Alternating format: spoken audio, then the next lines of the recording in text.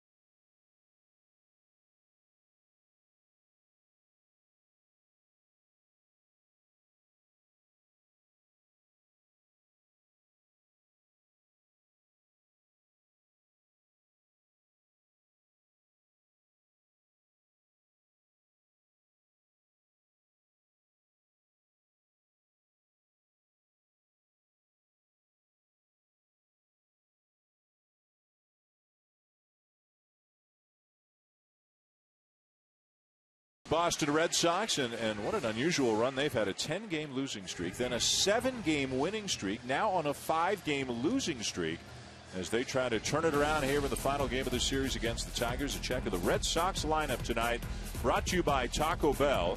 Brock Holt is the leadoff hitter. He's in left field tonight. Xander Bogaerts moved up in the lineup, moved to third base, and on a tear the last few weeks, and overall on the season, the 4th best on-base percentage in the American League. And everyone talks about his maturity for such a young man. You saw what he did last year in the World Series. I think this is a great place for him to hit the number 2 spot in the lineup.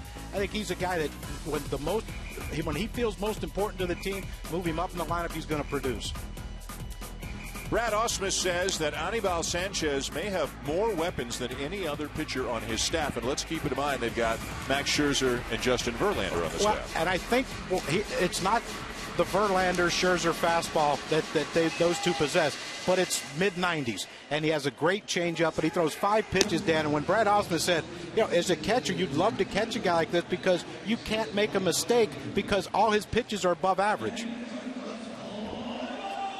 He has pitched brilliantly since coming off the DL, had a blister problem, actually made his return to active duty 3 weeks ago tonight when we had Sanchez and the Tigers against the Red Sox on Sunday Night Baseball.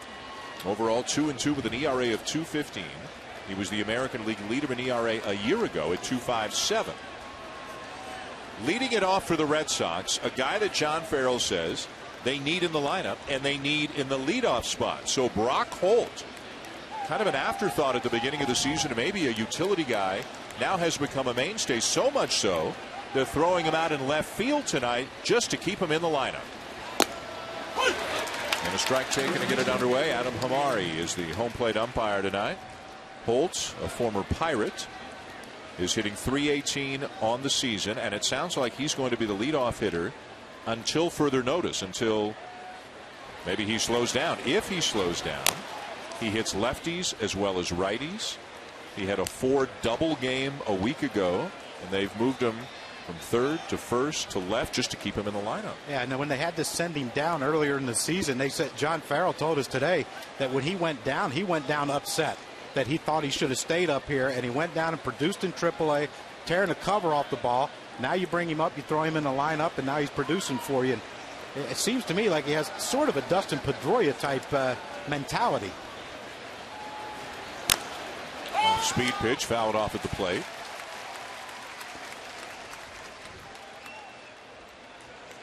See that this is what Anibal Sanchez possesses, great movement on his pitches, and Brock Holt, who stands on top of home plate, just fouled 2 balls off his front foot. He's wearing a little guard on his foot, but he might be wanting to get that whole shin thing going here pretty soon. Look how close he is to the plate.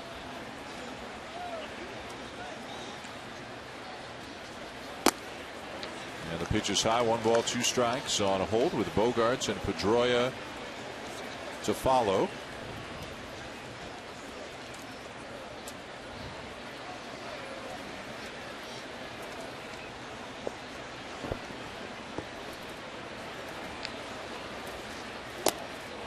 And missing away is Sanchez, 2-2. Sanchez has walked only 15 batters in 50 1/3. He has struck out 46, and he's holding the opposition to a 170 batting average on the season. Picked up a couple of years ago in a deal with the Marlins.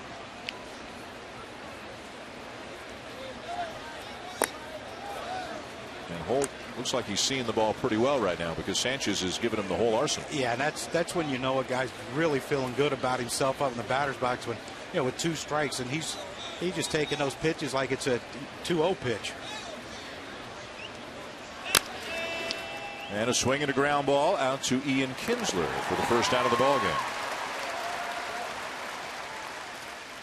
So if nothing else, Holt, as the leadoff hitter, saw a lot of pitches. And that'll bring up Xander Bogaerts, really coming into his own in recent weeks, closing in on a .300 average, getting on base like crazy. And look at these numbers over the last 3 weeks or so, Crucky. I mean, that's big time production. Yeah, when all the talk started about Stephen Drew possibly coming back to the Red Sox, and Xander Bogaerts decided, you know what, I'm going to show everyone who's the better of the 2 players, and he's really producing right now, and had just a big boost to them, not only defensively with Stephen Drew at shortstop, but with Bogaerts at third, a position that really they were getting not a lot from at the start of the season. And a strike. Will Middlebrooks is on the DL with a finger injury, probably still a couple of weeks away. Bogarts at third, Drew at short. The Red Sox 27-34 on the season, 9.5 back in the American League East. As that pitch runs down and in. Good movement on that fastball, and it's a ball and a strike. Well, if you're looking for something straight from Anibal Sanchez, good luck. Because it ain't happening. Everything moves one way or another.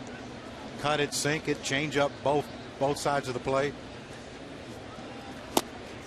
Just inside. This was seen obviously as one of the strengths of the Tigers coming into the season, led by Scherzer, Verlander, Sanchez. Rick Porcello got off to a great start this year, and with the trade of Doug Fister, Drew Smyly in the rotation on a full-time basis this year. And other than that rough stretch that maybe they're just now coming out of, the starting pitching has indeed been terrific for the Tigers this season.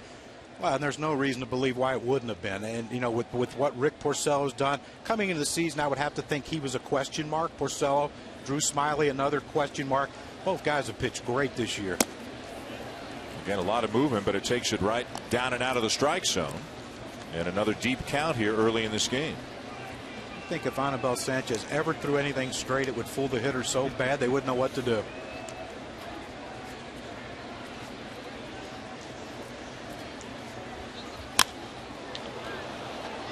And a fly ball hit high and deep down the left field line. Into the corner goes Davis. And it is a foul ball.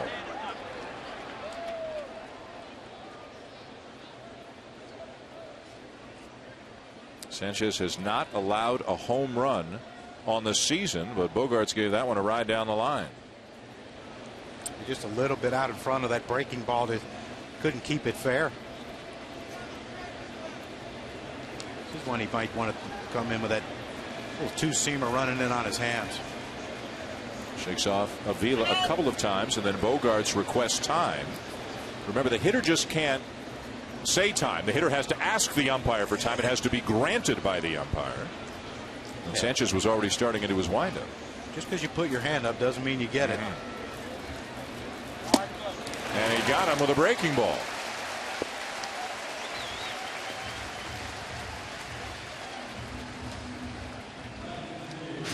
This is part of the arsenal that Anibal Sanchez possesses. 3-2 pitch, and he throws a young man, a 21-year-old, a breaking ball, which I'm pretty sure you're not expecting 3-2.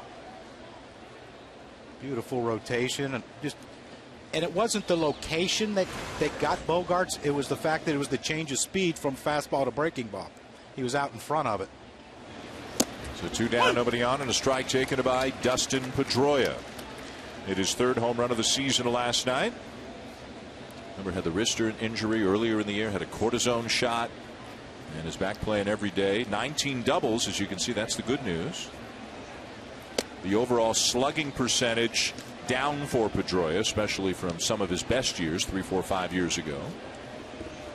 It seems like every year he gets some sort of, like last year he had the thumb injury, and then this year you mentioned he's having to get a shot in his wrist. And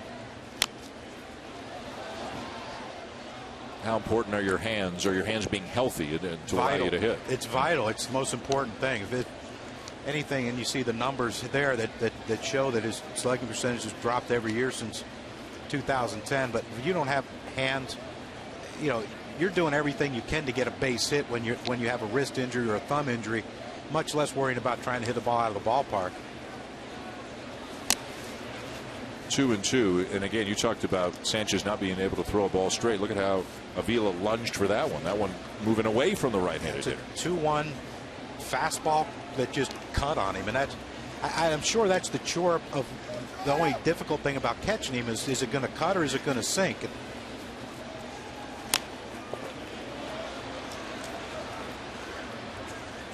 Well, if nothing else, even if they go in order here this inning, the Red Sox have forced Sanchez to throw 19, and with a 20th upcoming, a fair number of pitches here in the first inning.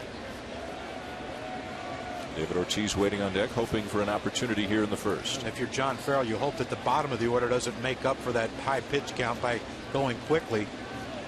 That's been a struggle for the Red Sox this year, anywhere from 6, 7, 8, 9.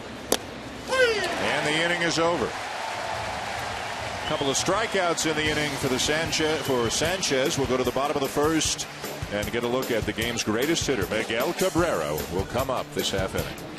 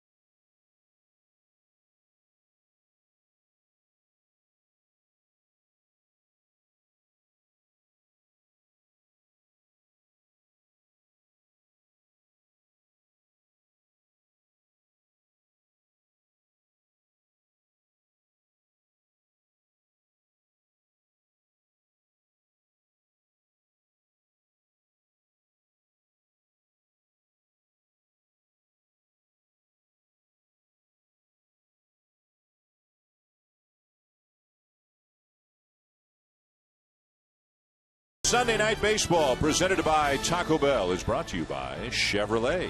Find new roads and Deliver Us from Evil in theaters July 2nd.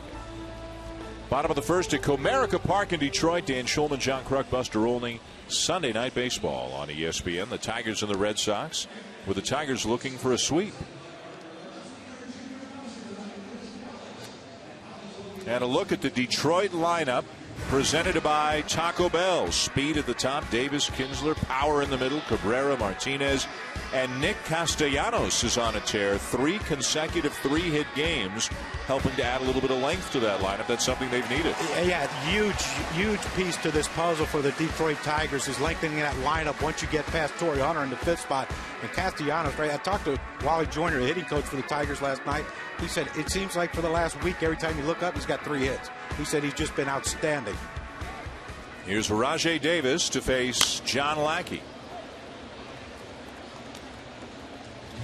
And this Tigers team has a little bit different approach to hitting than the Boston Red Sox do. They come out swinging. And Lackey will be in the strike zone. Only 16 walks in 79 2/3. Second year back from the Tommy John surgery. And Lackey in 2013 and now in 14 in better shape, healthier, throwing hard, successful. But there are some big numbers for some Tiger hitters against John Lackey. Rajay Davis among them. Get a load of this. Davis, 12 for 31. Kinsler, 16 for 38. Cabrera, 6 for 15, 2 homers. Martinez, 12 for 30.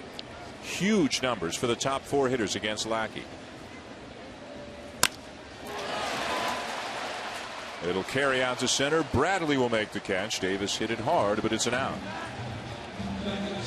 You don't think John Lackey doesn't know that coming in? He knows what the deal is, but he knows how he has to be precise with every pitch to the first 4 guys in his batting order, because if they get on base, especially Rajay Davis and Ian Kinsler in front of Cabrera and Martinez, you have to figure the Tigers are going to score at least 1 that inning. Now Kinsler. And boy, everywhere you turn in this city, you hear people talking about what a difference Ian Kinsler has made to the Tigers. Whether they hit him 1 or 2, the defense he brings at second, the speed he has added. And he's up there swinging at the first pitch. Fly ball, right center field. Who wants it? It'll be Nava. 2 down. Bringing up Miguel Cabrera.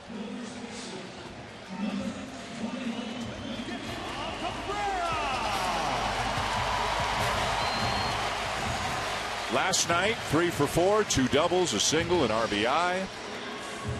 He has won 3 consecutive batting titles, 2 consecutive MVPs, won the Triple Crown 2 years ago, and he's having another great season this year.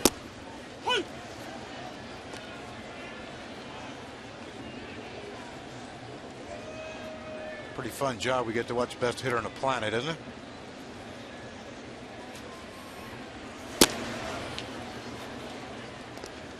He's 11 for 19 against the Red Sox this year. That'll work.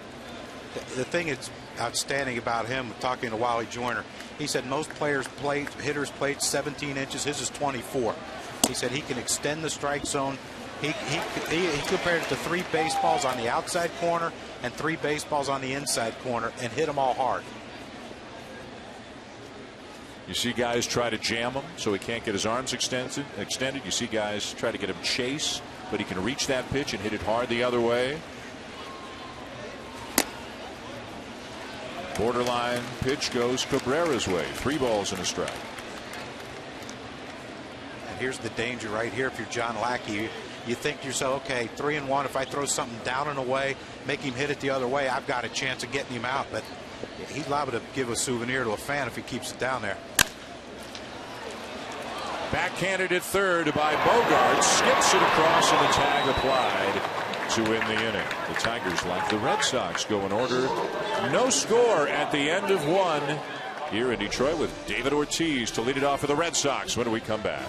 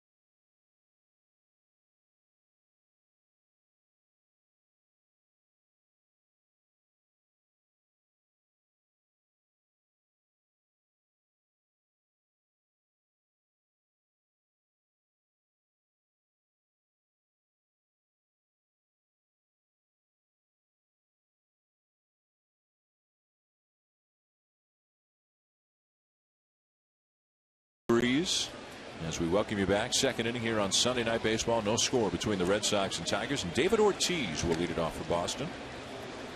And that means one thing and one thing only: the shift is on. Ortiz sees it all the time. 13 home runs, hit one on Thursday, had a 2-run double last night. Just for fun, or actually thinking about pushing one there for a base hit? He's pushed some down that left field line for a double, but here's what the great thing. Castellanos right there to third baseman is in shallow right. He took grounders from there in between innings to get used to this shorter throw he has to make as opposed to throwing from third base.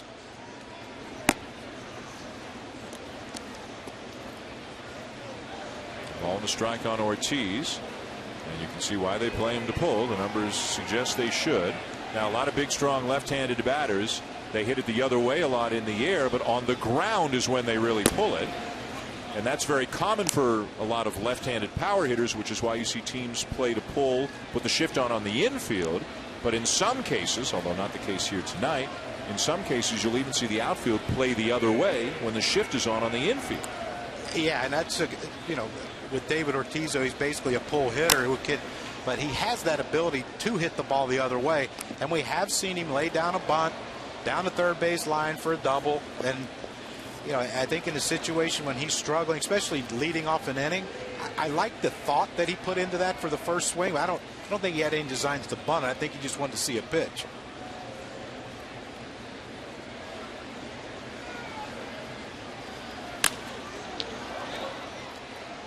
High in the air to very shallow center field. And Austin Jackson is in to make the catch, one down.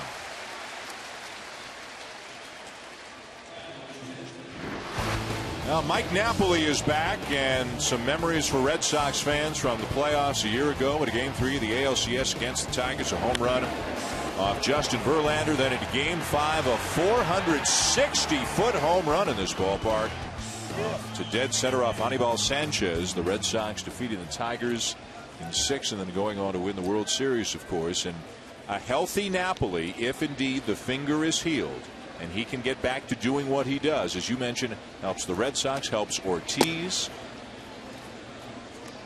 When they're all healthy, Pedroia, Ortiz, Napoli, okay, now you got something. But if Pedroia, he had the wrist problem earlier, Napoli was out for a couple of weeks. So teams really pitching around Ortiz a lot. Yeah, and that's the thing when David Ortiz has struggled since Napoli's been out of the lineup, and he might not consciously think, I have to carry this team, but subconsciously it's in there. And he understands what their lineup's about. He understands there's not a lot of power in it this year, and he's the main power source. So he might have been pressing with Napoli out. Hopefully, if you're a Red Sox fan, this will get him to relax, and if Napoli can get a couple hits here and there to get started. Because remember, he didn't have any minor league rehab. He hit off Clay Buchholz this afternoon, apparently, and deemed himself ready to hit Anibal Sanchez, which is a little different hitter, a pitcher than Clay Buchholz in a simulated game. This is not simulated. You saw the long home run drought, and that is at least in part due to the finger injury. Napoli was off to a good start this year, missed a couple of days after the finger was dislocated, then played through it for a couple of weeks, but was unable to generate much power. 3-1 off speed. And that's taking the advantage of a guy who hasn't seen live pitching in 2 weeks, except for this afternoon. And 3-1, he's setting dead red. He's looking middle in. He's going to try to hit this thing, up in the left field seat. You see the spinner right there, a little slider, and Napoli way out in front of it, and pulling off very nicely too, Dan. 3-2 on the way. Got another slider. This one a bit of a hanger, and Napoli fouled it back. That's the thing when you haven't faced major league pitching for a couple weeks or 15 days like Mike Napoli hasn't.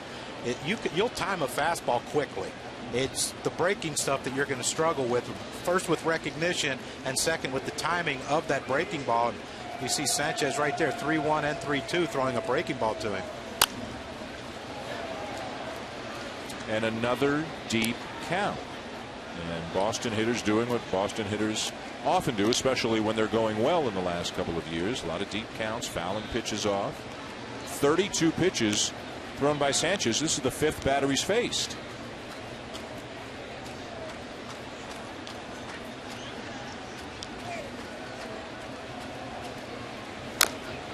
And there will be another. Well, they definitely make you work, and you're not going to see a lot of complete games against the Red Sox when they have this lineup in the game.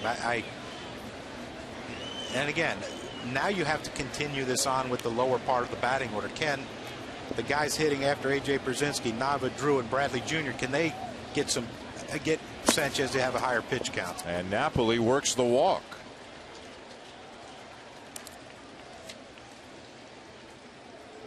Be sure to catch more baseball tomorrow night here on ESPN. Yasiel Puig and the Dodgers taking on the Cincinnati Reds at 7 Eastern time. Then on the Wednesday, it'll be the Red Sox and the Orioles in an AL East matchup that's also at 7 Eastern. 1 week from tonight, we will be at Turner Field in Atlanta. Mike Trout and the Angels taking on the Atlanta Braves. All games are also available on Watch ESPN. The Angels won again today. They defeated the White Sox 4-2, sweeping that series after that huge come-from-behind win yesterday, sparked by the Trout grand slam. Josh Hamilton drove in 3 today for the Angels. Jason Hayward's hitting for some power. Freddie Freeman, of course, is always going to be Freddie Freeman, a clutch run producer. Trout, Pujols, Hamilton. How we looking? It's pretty good. Not going to be bad. Runner at first, 1 out, no score, top second, and the 0-1 to A.J. Pierzynski. Did he check or did he go? He went.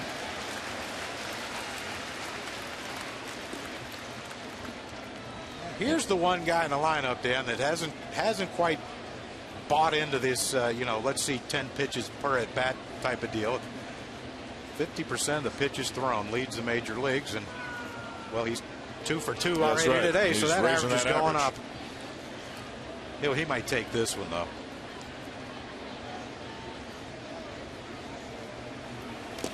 There you go. And a television critic apparently, but when they're not playing in the Sunday game. Always enjoy getting AJ's text to you during the game to critique our broadcasting ability. Yeah. Yep. Well, he's done a little work in TV himself, right? So yeah, he's the master of the negative, which is kind of reminds us of our researcher over there. 1-2. And he slashes it foul off to the left. Been a durable guy, though. I mean, playing a position where you get banged up. Ask Alex Avila behind the plate right now. We were talking to Brad Ausmus about that. Avila got hit by 2 backswings on Friday. Gets hit by a ton of foul tips, and Pierzynski's been at this a long time, but still a frontline catcher. It still puts up some pretty good offensive numbers for, well, let's call it what it is, an old man as far as the catchers go.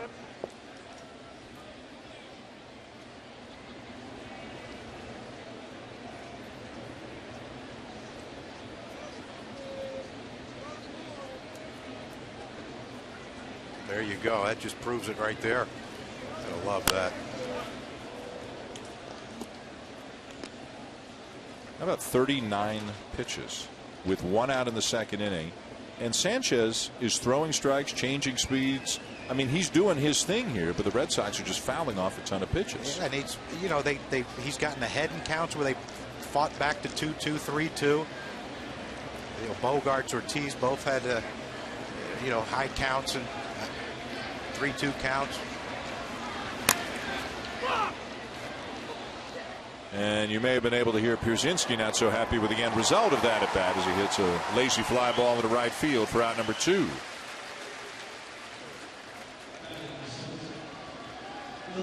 So 2 down in the inning. That'll bring up Daniel Nava in right field tonight with Holt out and left. Last year, Red Sox outfielders, whoever they may have been, Ellsbury and Nava and Gomes, they put up huge numbers, but they lost Jacoby Ellsbury in the offseason.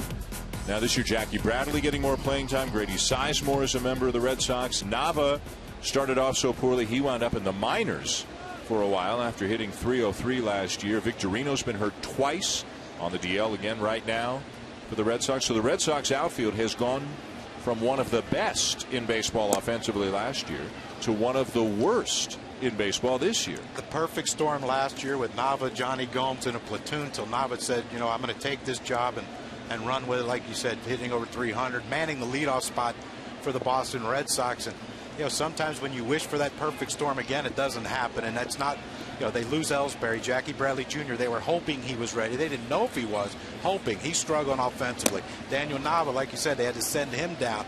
And so now we have to, not only do we have to find some outfielders who can hit, we have to find a leadoff hitter, which they think they found in Brock Holt.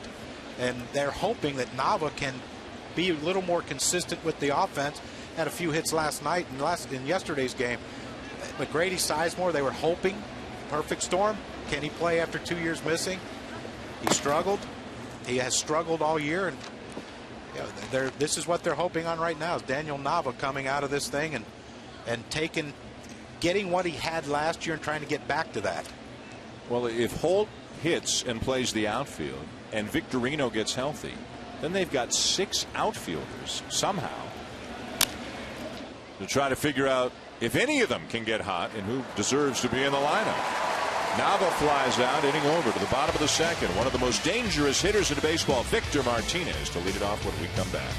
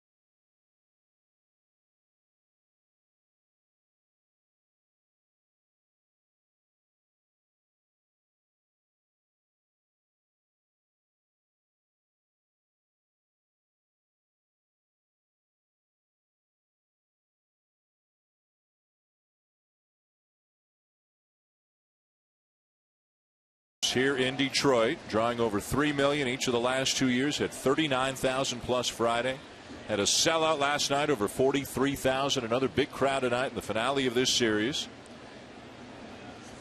as Victor Martinez takes a strike, second in the American League in hitting at .329, entering play today, and maybe even more remarkably, 14 home runs and 15 strikeouts this year.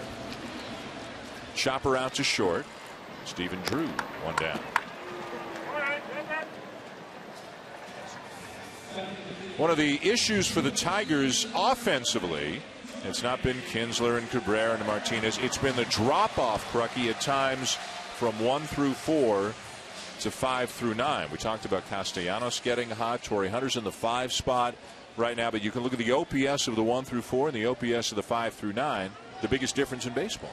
Yeah, but these numbers are fantastic, and yes, it tells a story, but you have to remember who 2 of those first 4 guys are, and Cabrera and Victor Martinez. So those OPS numbers seem to get elevated when those 2 gentlemen are part of that equation.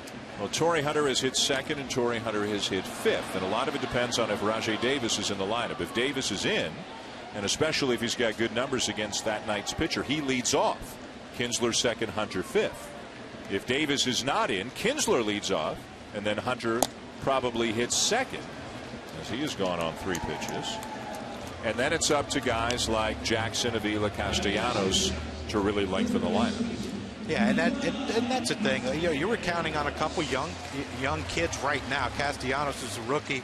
Suarez is a rookie also, but there's going to be struggles starting out for young players. Not many guys are Mike Trout that just, once they got to the big leagues, they just took off and and became, the best all-around player in baseball within a year. But he's starting to figure it out. Castellanos is. I just think it's fascinating that Lackey's thrown 16 pitches, and Anibal Sanchez has thrown 66 already. We're only in the second inning. A huge difference, kind of the game within the game here. It's the offensive approach by two teams. Yep. If he throws a fastball first pitch, I'm hacking at it, or second, or third. Lackey 17 pitches, 13 strikes, 4 balls. 1 pitch away potentially from ending the second inning. An 0-2 count on Castellanos. Well, that's where it's misleading too. Torrey Hunter swung at a ball to strike out. Castellanos right there just swung at a pitch up in the strike zone that wouldn't have been a strike for strike 2. But that's smart pitching by John Lackey, knowing that how aggressive this team is and using it against them.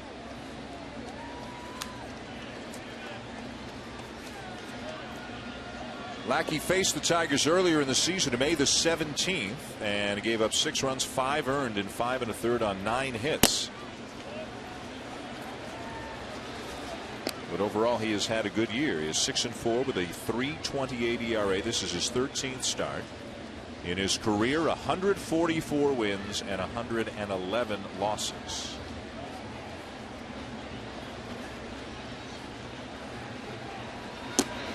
Just missed. Well, I think 2 guys wanted that one really bad. A.J. Brzezinski and John Lackey. That looked like a pretty good pitch.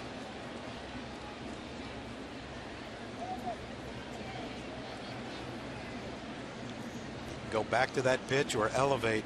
See if the young rookie will chase something. Went back to that pitch, but kind of missed inside. Actually didn't hit the spot. Got it right in on the hands of Castellanos. And that one wound up in the first base dugout. I guess one of Detroit's finest probably had to get out of the way of that pitch. Not a good guy to pick on. No, I don't think. Ground ball to the left side for Bogaerts to end the inning. Through 2, no score. We will visit with Justin Verlander live from the Tigers dugout when we come back.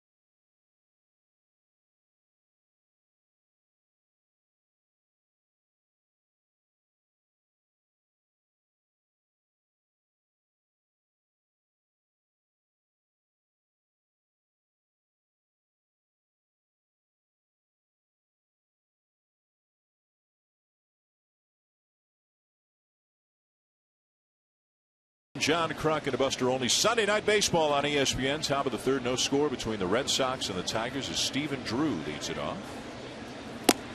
And takes a pitch outside for ball one from Anibal Sanchez. Neither team with a hit through 2 innings tonight. The only base runner is a 1-out walk to Mike Napoli in the second. Sanchez, as you can see, has thrown 44, now 45 pitches already as we welcome in from the Tigers' third base dugout, Justin Verlander joining us on one of his off days. Thanks for the time, Justin. No problem, guys. We're enjoying watching Anibal Sanchez. Brad Ausmus talked about all the weapons that he has, all the different pitches that he's got. What do you like when you watch Sanchez pitch? Just what you touched on, all of his pitches. You know, it seems like he's got 17 different pitches when he's out there. He does everything, different speeds, different, up, down. It's fun to watch. Well, we're going to show you some of his out pitches. I think you've got a monitor down there. Why don't you give us a little bit of a critique here? Well, there's the slider. It's filthy. Fastball down and away, paint. And then that one right there, we call that one the butterfly. He's got 2 different changeups. He throws one 88, 89, 90, and he throws one out of nowhere. It's like 70 miles an hour. We call it the butterfly just because it floats up there. Every time he throws it, you can probably pan to me and Scherzer in the dugout, and we're sitting here making butterfly signs. Now, how does he do that? Just a different grip to slow it down? Or? I have no idea how he does that. We've all asked him how. I got no clue. So what do you call your changeup? A changeup. I hope they don't hit it. Yeah. There's Jackie Bradley Jr. with a base hit through the right side. Well, speaking as an outsider, we always love coming here and watching this team play in this ballpark, and you always have such great crowds. You've got such great fan support. Can you talk a little bit about what it's like drawing 3 million fans and play in front of these people all the time? Yeah, it seems like every year since I've been here, we've drawn 3 million. The support that this community gives us is outstanding, night in, night out. It doesn't matter whether class is in session or out. It seems like they fill up the ballpark every night, and it's just a great atmosphere to be a part of and play in front of. And we play extremely well at home, and I think that has a lot to do with our fans. Yeah, Justin, a lot of these fans come out to watch the greatest hitter in the world perform on a daily basis. If you were pitching to him, how would you pitch him? Carefully. It seems like I've seen him hit everything since I've been here. The one thing that sticks out to me, I remember last year, I think it was against Phil Hughes. He took a fastball that was a foot off the plate inside in his batter's box and hit a home run. You just don't see guys do that. It's unbelievable. And on the nightly basis, it seems like he does something that makes everybody's jaw drop and just go, wow. And he can hit it as hard to the opposite field as other big, strong guys can hit it to the pull side. That's what makes him so special. He doesn't have to try to do too much with the fastball. Even if he gets in a hitter's count, he's still able to just take the fastball, and it seems like he just flicks it over the right field wall. And if he gets a hanging off-speed pitch, that's when he does damage to left field. No score, top of the third. Bradley with good speed at first for the Red Sox draws a throw. What's he like in the clubhouse, Justin? You hear he's just kind of a big, fun-loving teddy bear. He is. He's great, man. He's really funny, and I think he's starting to get a little bit more comfortable in front of the camera. He's starting to show his personality a lot, and that's great especially for the national audience that's not around Detroit as much and doesn't get to see him as often. But he's great. You watch him play the game of baseball, and you can just see him out there having fun. You watch him at first base, and he's just legitimately enjoying playing this game that he loves. 3 batting titles in a row and a couple MVPs in a row, and a triple crown will probably make you a little more happy about pretty easy life. to enjoy. Yeah. But there's the other side of him too, the work hard at his craft that we don't see, that a lot of people don't see as well, right? Yeah, absolutely. I like talking to Alex about his off-season workouts. They work out together down in Miami, and Alex says he'll go the first month and not work out, and all of a sudden he comes in and is throwing around every weight in the whole gym, and he's just naturally strong. Brock Holt with another hit after 2 last night, so up to second goes Bradley, first and second with a 1-out for the Red Sox here in the third as we continue to be joined by Justin Verlander from the Tigers dugout. Well, Xander Bogaerts steps in. I don't know how often you might have faced him, Justin, a young guy, but obviously a very talented guy. What's the game plan against a Bogaerts? Yeah, absolutely. He's extremely talented, hits the fastball well. Obviously right now you're trying to get a double play, so something down and in or slider off the plate that he'll reach for and roll over is what you're looking for. Justin, when you're facing a team like the Red Sox, we see Anibal Sanchez already at 50 pitches with only 1 out in the third inning. Is that one of the issues you have? consciously go into that game thinking I have to throw strikes to these guys? You can't really think that way. You just got to go out there and make your pitches, and hopefully you have some quick innings along the way. But you know, these guys have a lot of professional hitters, and they tend to work the count. That's one of the things that they do. So you can't give in. You can't worry about pitch count. You got to get outs. Did it surprise you last night when Pedroia jumped on a Max Scherzer first pitch fastball, which he rarely ever does? Yeah, that's kind of one of those rare things where the numbers say he doesn't really jump on first pitch too often, but you know, you groove one in there and he does. It's just kind of bad timing. 1 to Bogaerts. And again, great movement. I mean, you know it, Justin. I don't know how easily you can see it from your vantage point, but that pitch looks like it's going to be right over the heart of the plate, and it winds up 3 inches off the inside corner. Yeah, I couldn't see it, but I saw the swing. It was pretty good. Rookie, here it is on replay. Yeah, that's just not fair. Yeah. I mean, you're thinking fastball down the middle. You're probably surprised that he would throw something down the middle, and that's why the surprise, because it doesn't end up there. Series of signs from Avila. Big pitch here. Now Sanchez will step off. Bradley at second, Holt at first. No score. The Red Sox batting in the third.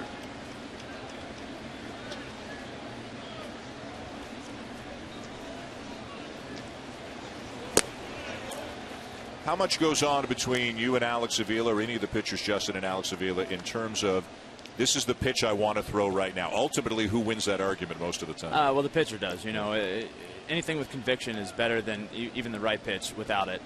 You know, so sometimes you'll see the pitcher and catcher, if they're not on the same page, the pitcher will call the catcher out, and that's usually what's going on, is they're talking about it, talking it over on the mound. Check swing by Bogaerts. 2 balls and 2 strikes. On deck, Dustin Pedroia. Behind him, David Ortiz, as the Red Sox look to get started early here tonight. How well have you gotten to know Pedroia over the years? We actually played together on Team USA in college. He's a great teammate, good guy. The kind of guy you don't like to play against, which is one of the best things you can say about somebody in baseball. If only he had some confidence in his own abilities. Oh, yeah, right. He's waiting on deck right now. 2-2 to Bogaerts, and it's fouled off. A good at bat here by Xander Bogaerts. On another high pitch count at bat, too, for Anibal Sanchez. Yeah, it's one of those things you can't give in right now, though. I mean, this could very well be the ball game, so you can't worry about pitch count at this point. Yeah, he looks like he's trying to jam him with the 2-seamer running in on him, like he wants to get a ground ball to third, and then he throws, of course, the changeup right there, hoping to get a roll over and get this double play so he can get out of this inning. Might see the butterfly right here. 74. Oh. We did. You're right, but he missed low with it. Justin, did you see the pitch? Yeah. It cut. How do you cut a changeup? Watch his pitch cut. Look at that. I have no clue. Now, does Avila have a different sign for the regular changeup and fly? I think he just throws it whenever he feels like it. I think as long as Alex knows something slower is coming, he's all right. And he misses low with a fastball, and you can see Sanchez not happy with himself. The walk has loaded the bases. He's out in front 0-2 and lost him, and that'll get a visit to the mound from Jeff Jones, the pitching coach. What's likely to be discussed here? What's going on here, Justin? They'll probably talk about how they want to attack Dustin right here, and you know, especially first pitch, what they want to do, and then going forward from there. And you know, Jeff will give you a little tap and say it's good they'll play. What's the funniest conversation you've ever had from the pitching coach when he's come out? The one where the pitching coach just comes out and doesn't really say anything at all. Just comes out and looks at you and, hey, I'm just giving you a breather. Now, yesterday, a funny situation in the game in the 9th inning when Xander Bogaerts and Castellanos ran over to right field for Ortiz, and Bogaerts went to third, and Joe Nathan tried to chase him down. And Brad Ausmus said, look, I didn't want to challenge that play because we kind of knew he was safe. I was just doing it to give Joe a rest. Yeah, exactly. That's what he was saying in the dugout, too. Let's just give Joe a breather right here. Yeah. Joe almost caught him. That's pretty good for an older fella. Pretty swift of foot right there. Sanchez will work from the windup. Bases loaded, 1 out. And the breaking ball's in the dirt for ball 1. Even after all the years that a guy like Sanchez has been around, Justin, or the number of years you've been around, does your pulse rate go up a little bit in situations like this? Yeah, absolutely. You know, you're kind of feeling the adrenaline right now, and knowing it's a huge spot, and you got to get an out somehow, some way. You guys are strikeout pitchers, but in this situation, bases loaded, 1 out. Pedroia, Ortiz. If you come out of this with only giving up 1 run, pretty good. Yeah, absolutely. You give up sac fly right here, and hopefully limit the damage to 1 run. Throw comes into second. And in to score on the play is Bradley on the sac fly by Pedroia. 1-0 Red Sox. You're never thinking that, though, when you're out there. You're thinking, let me get a double play, and then you get 2 strikes, and you're thinking, okay, let me get a strikeout. You're never thinking, let me give up 1 run. Now David Ortiz hit a fly ball to center.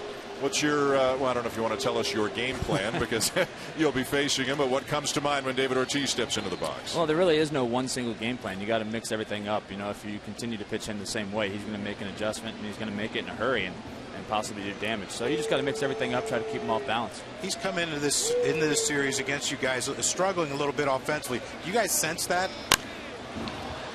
You do and you don't. It's still David Ortiz. Even if he's struggling, he steps in the batter's box, and you know who's in there, and you know his career numbers, and things can turn at any point. 13 home runs, 35 RBIs on the season, and 18 home runs in 51 games in this ballpark. This is a hard ballpark to hit the ball out of. Maybe it's that necklace. You see that thing? Woo. There's some iron in that thing, man. Ooh. He's a big boy. I think he can carry the weight.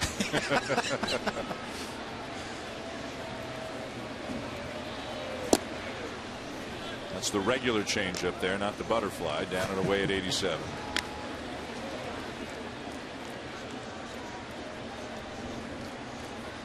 Big moment here. 1-0 Red Sox. 2 on, 2 out. Ortiz and Sanchez. It's only what? How many games does the Red Sox play here? Not in this division. What's it's 3? 18 home runs in 51 games in this ballpark. Canerco's probably played 100. More than that, probably. You guys are talking about stuff us pitchers don't like to hear. All right, so we'll tell you that Sanchez has not allowed a home run all season. Oh, don't do that. Oh, I'm sorry. Well, you can't have it both do ways. Not do that.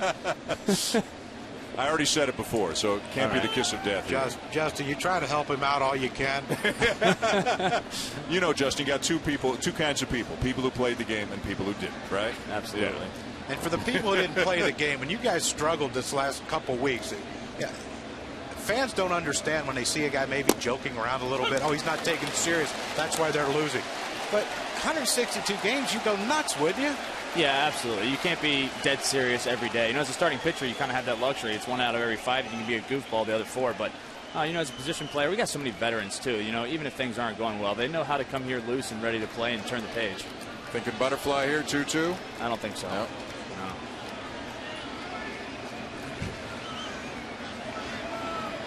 Go back in there. Sanchez asks Avila to start the signs over again. I'm thinking slider down and in.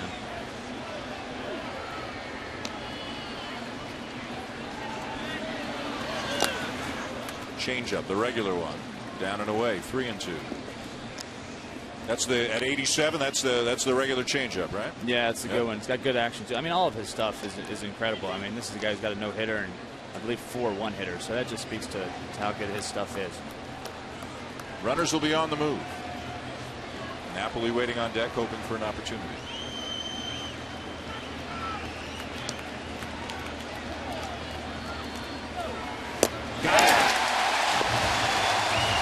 Big out for Sanchez. Justin, thank you. You're back with us, bottom 6. Yep. See you then. All right. Thank you very much. Red Sox get a run. We'll go to the bottom of the 3rd. 1-0 Boston.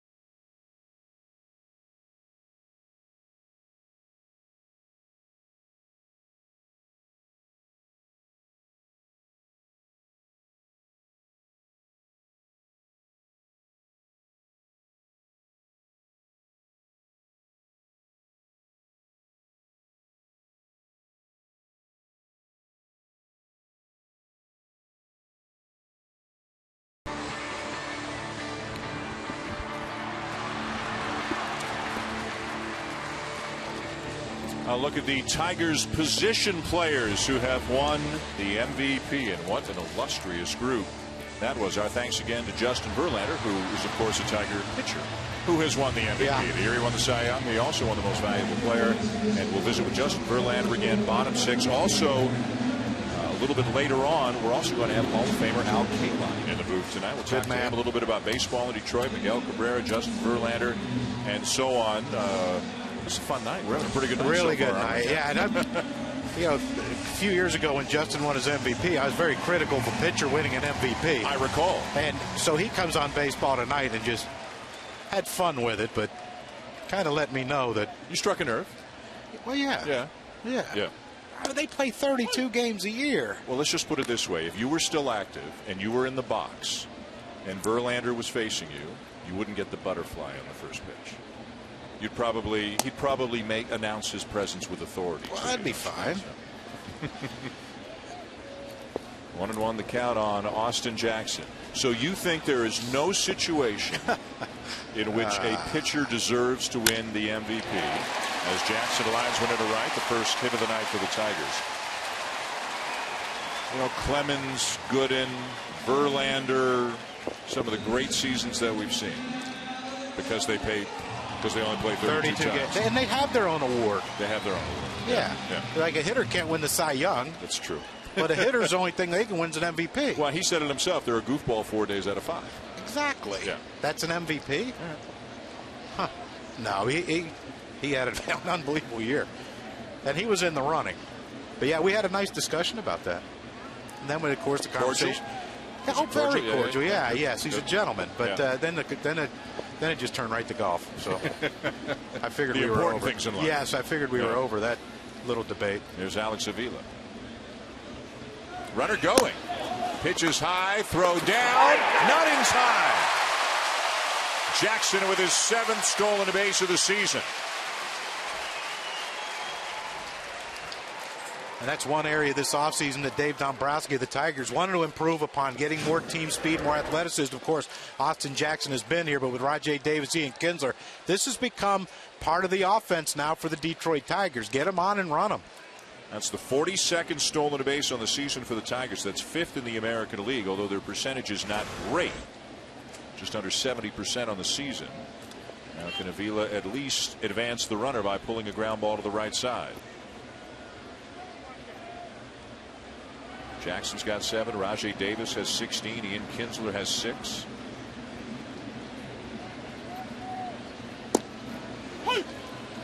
Wow. I know 1-0 you're not looking for a breaking ball, but if you're looking to pull something, that's hard not to pull that one. You might pull it foul, but it's hard not to pull it. Avila's never been able to recapture the numbers he had offensively 3 years ago. Now, he's been banged up a lot over the last couple of years, as we mentioned. And that has to have affected his offense to a certain degree. Out of play left side, 1-2.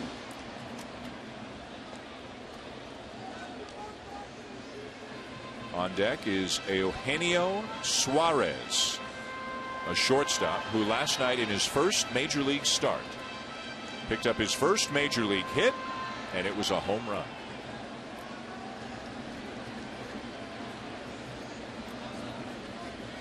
Looking for more offense out of the shortstop position.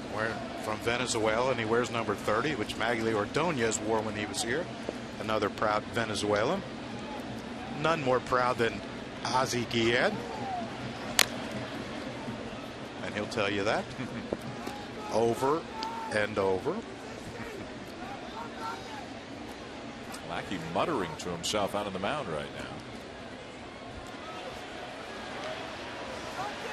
The very quick first 2 innings gives up a leadoff base hit to Austin Jackson. He steals second, and now 1-2 on Avila, with the Red Sox leading 1-0 in the bottom of the 3rd.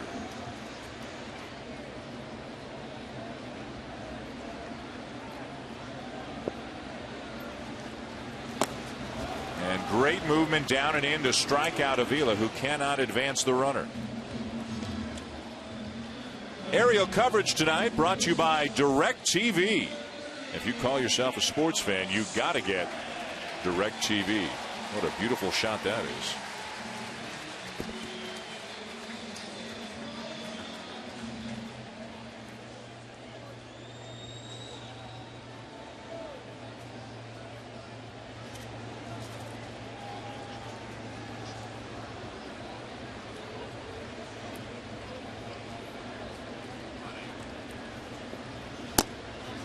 and a pitch just outside to Suarez. What do the Tigers like about Suarez? Well, I think they like his confidence. His arm is, maybe Andrelton Simmons might have a better arm from shortstop than Suarez, but it's close. But they like his confidence. He came in here. He keeps. They say he stays quiet. Talking to Wally Joyner last night, he said he's very quiet, goes about his business, gets his work done. He's not one of these young kids that came in and thinking, okay, I'm here to save the world type of deals like some guys do when they first come in. But he's they said he has some pop in his bat, which if you watch a game yesterday, you saw. And he lines one into left field, a base hit.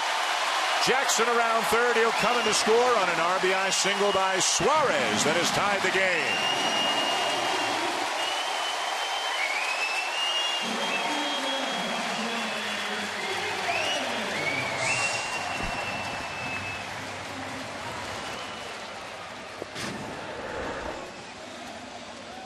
Well, Suarez right here is a breaking ball that just hangs over in the center of the plate.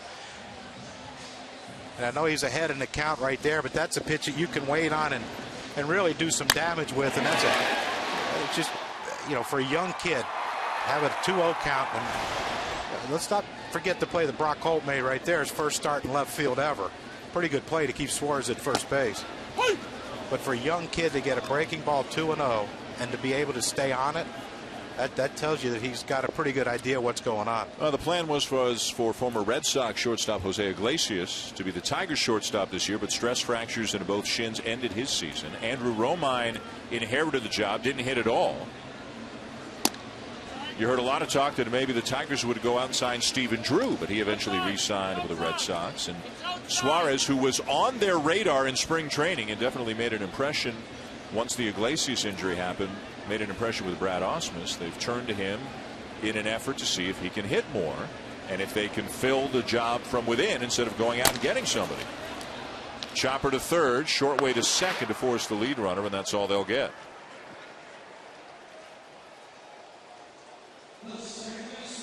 And we may see some action here with Rajai Davis at first and 2 down. Davis is 16 of 19 on the season. Batter was Ian Kinsler. And you love the fact that Austin Jackson ran on the first pitch. Stolen base success against John Lackey really good this year. And Rajai Davis, you said 16 stolen bases. And this is a situation, Dan, that you want him, if you're Ian Kinsler, to go early. Give you a chance to get yourself in a favorable count.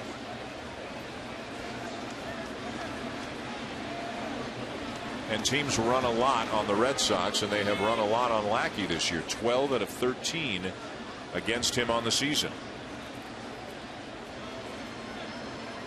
The thing you hate is when a guy waits and waits and waits, and then he steals with 2 strikes on you, and then it's a battle.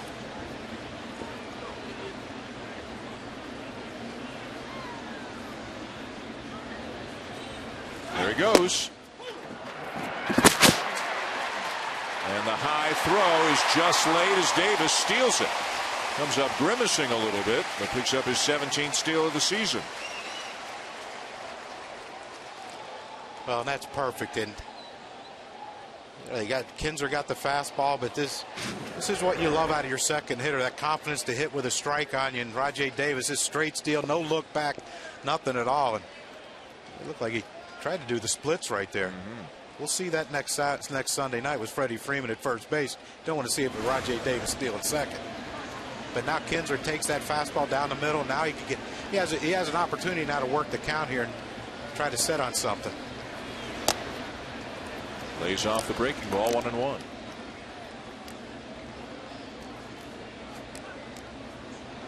I wonder if maybe the Red Sox might think about a pitch out on the first pitch.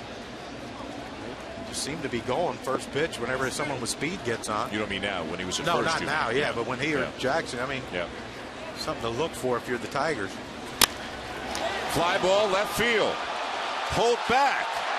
Makes the catch up against the wall. In his first major league start as an outfielder. Holt runs it down on the warning track and saves a run for the Red Sox. here in the bottom of the third. John Farrell said he's become indispensable. We're seeing why.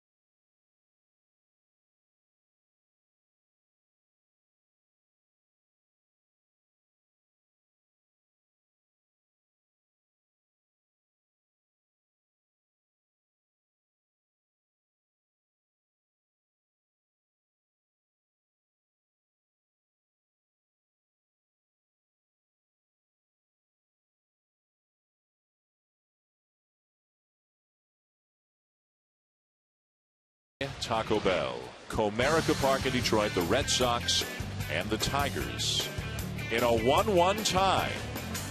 Dustin Pedroia driving in a run on a sac fly in the top of the third. Eugenio Suarez driving in a run on a base hit in the bottom of the third. Brock Holt with a terrific catch to the left, or the Tigers would have the lead as Mike Napoli leads off the fourth. He walked in his return to the active roster back in the second.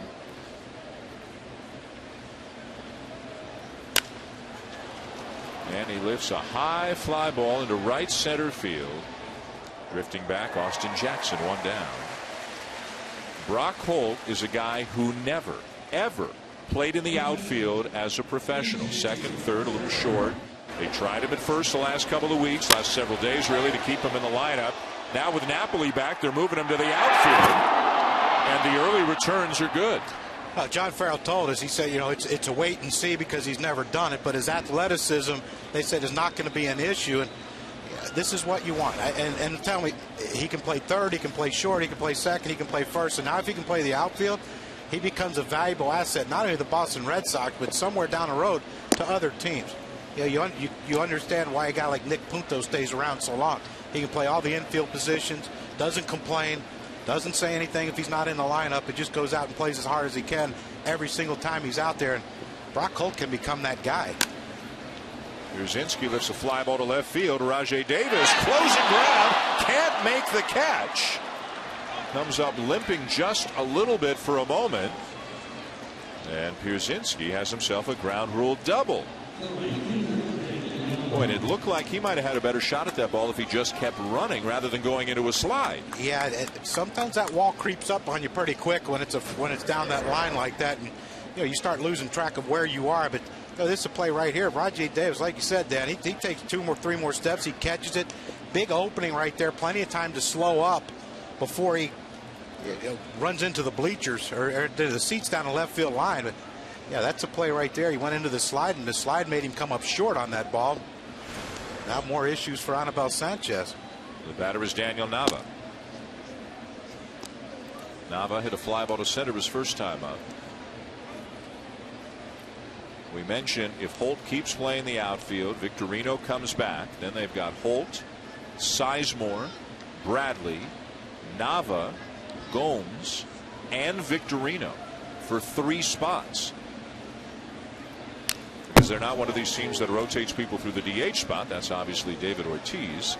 So if all 6 of them are healthy and on the roster at the same time, how does John Farrell figure out who to put in there? Obviously, if somebody gets hot, they play. Well, that's the problem, though. Like, when do you find out if one of the other two sitting on the bench is going to get hot? If the other 2 guys who are playing left field and right field are swinging the bat well. But I think in a perfect world, with Brock Holt now manning that leadoff position and doing a good job, they're going to play that out until he starts struggling. You know, at the perfect world, it would be Daniel Nava and Johnny Gomes platooning in right field, with Bradley manning center because of his great defense, and hopefully, you know, Brock Holt staying in left field. When Victorino comes back, and you know, the thing is, we can talk about this all we want, but by the time Victorino comes back, there'll probably be someone else on the disabled list. Brock Holt will just go play there. Victorino on the DL for the 2nd time this year. Right hamstring problem. But Brock Holt has been taking fly balls also in center field, which could be interesting.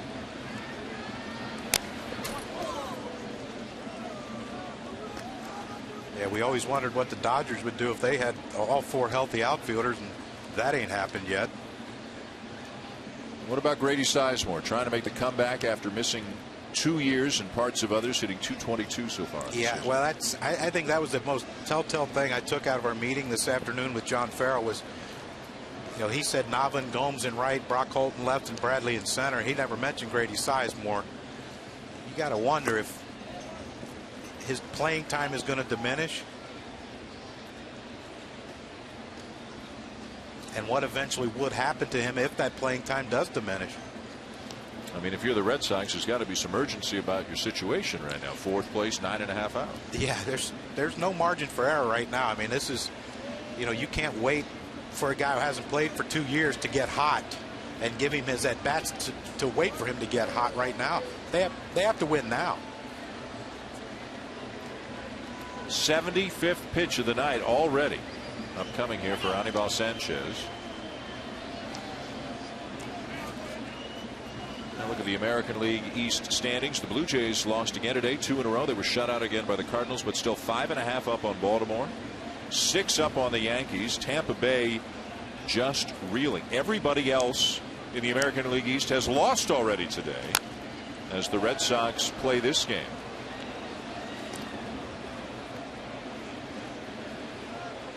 So they can pick up a game on everyone. They can pick up a game on everyone with a win tonight. Doesn't happen much.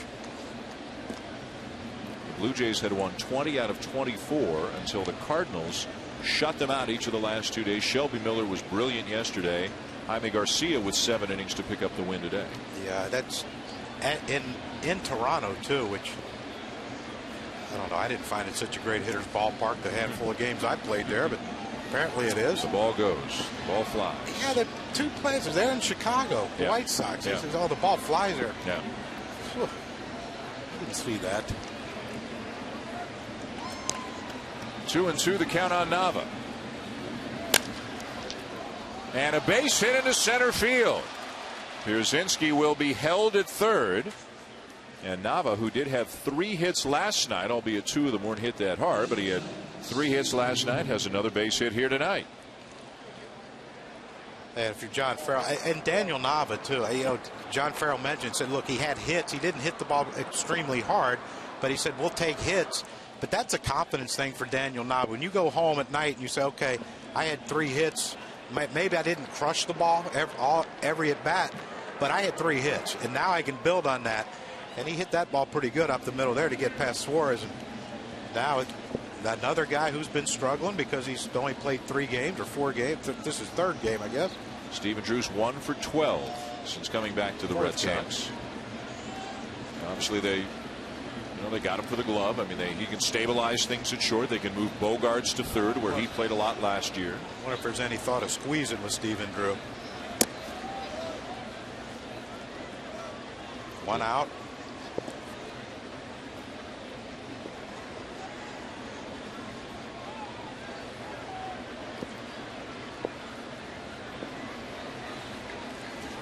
Brzezinski the runner at third and Nava at first, one down.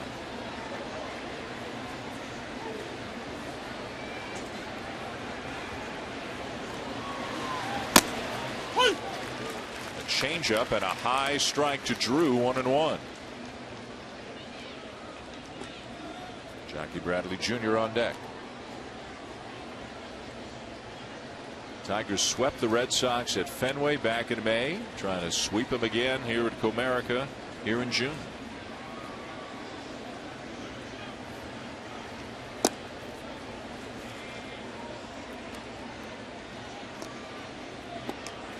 This is an action pitch right here, 2-1. I wonder if they'll send Nava and hope that Sanchez throws a strike and Drew can put it in play somewhere on the ground and try to steal another run here.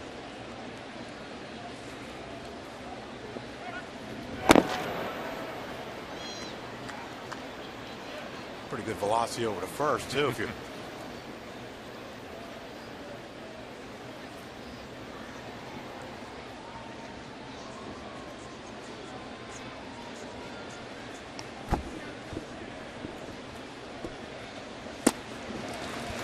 doesn't matter what the count is, he's got confidence in that changeup. Well, he should. It's a dandy. And when you can, you understand guys can take velocity off their fastball, maybe their breaking ball, but when you can do that with your changeup to go from 87 to 74, some things in life just aren't fair, Dan. Isn't this when you start telling kids to stay in school? Stay in school, get your education. That's my favorite. That's my favorite pep talk of yours. Pitch count at 80 now, with one out in the fourth. They don't count the bullets he's thrown to first. That has to be taxing on the arm.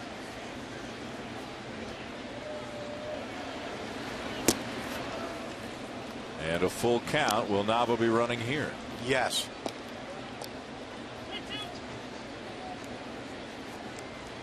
They all wanted this pitch. It's been a pretty tight strike zone so far. Lackey's complained about a couple. K-Zone agrees with that one, dipping out of the strike zone. You have to throw it in the box to get a strike with this game tonight. And back to the changeup again to strike him out.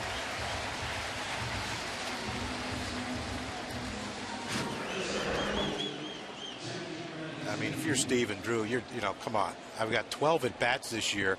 I missed the first 2 months of the season, and you're going to throw me a 3-2 changeup? And a great one. Not just a get me over. Ugh. And two down. Jackie Bradley Jr. the batter. Runner still on the corners. Tell me there's some thoughts going through Steve and Drew right now. Maybe I should have stayed home a little longer. Let's go down to Buster for more. Guys, I talked to Alex Avila about that changeup and about his improvement. He said the changeup is so good and has so much movement. He just sets up in the middle of the plate and just tries to follow the ball. He said, I don't know if it's going to cut, if it's going to fade. He said he can do all kinds of things with that changeup. Facing Bradley, who had a base hit off him last inning, and who, although he's barely hitting over 200 overall, is hitting 300 on the season with runners in scoring position. And you would think, given his youth and given his defense, as we talked about all the outfielders, that he still will be given an opportunity to play through it and see if the bat heats up. I thought it was telling again that John Farrell said that, Brock Holt has been taking fly balls in center field also. I don't think there's anything etched in stone in this outfield with Victorino out. And all of a sudden here, it's like Sanchez, he's just pounding fastballs at Bradley. Doesn't think that he can catch up. Yeah, until this 74-mile-an-hour aptly named butterfly alert is on. I would think, yeah, AJ's hungry.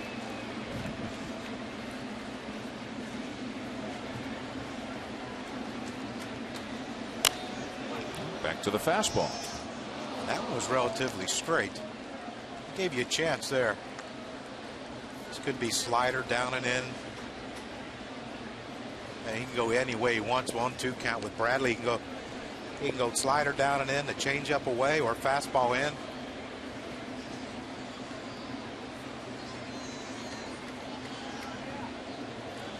What's the fastball in? Got it. Great job by Sanchez to get out of trouble. To the bottom of the fourth, tied at 1. Look who's coming up. Miguel Cabrera is going to lead it off.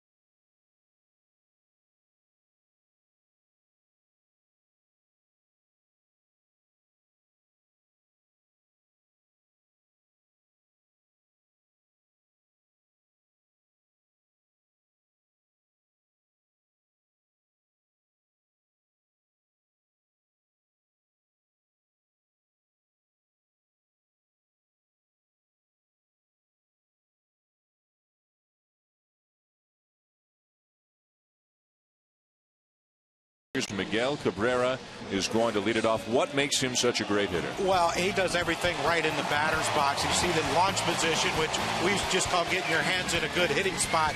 They call it now the launch position.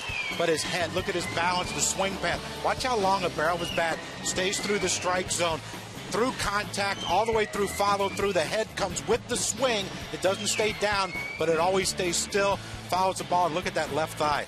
I think there's some power, some torque going into those things. Grounded out his first time up. Like Wally Joyner told me last night, he said, Crookie, he's 6'5", 250 pounds. He doesn't do normal things. And he muscles one into the right field corner and is on his way into second base. 2 doubles last night, another one tonight. That's 21 doubles on the season. And this is what makes it difficult. We talked about his opposite field power, but this is a John Lackey fastball. Watch this swing.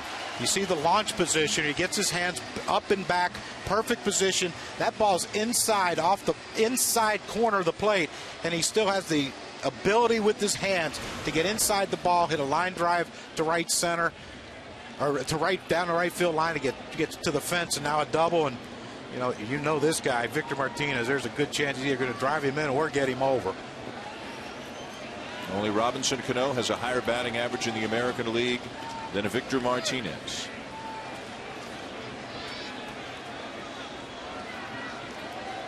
Needs to hit a home run to tie up this 15-15 thing. He'll settle for the base hit into right field. Cabrera's going to get the wave, and it will come in to score as the Tigers take a 2-1 lead.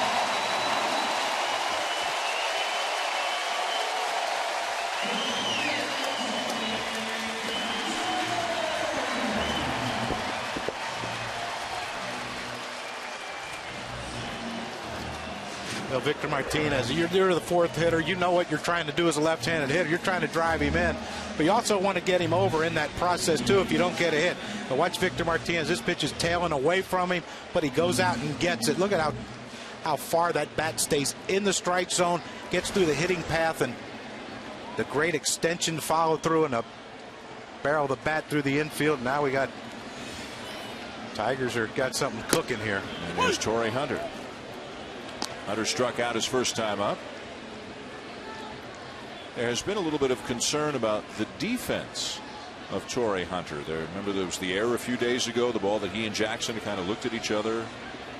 I don't got it, you take it from both sides, it looked like. There's a tailor-made double play ball. I'll turn it with ease. Of course, at one point, Crucky Hunter was one of the game's great defensive center fielders, and when he first moved to right, measured out very well then. The defensive metrics, and granted, that's not an exact science, I don't think, but they don't flatter Torrey Hunter right now. What does your eye test tell you about him in right field? Well, you know, I've seen a couple balls that I thought he probably should have caught that he normally would catch. You have to remember, he's no spring chicken, right. and he's going to slow up. It happens, and you know, I think though, if you ask anyone on the Tigers team right now, they'd still take him.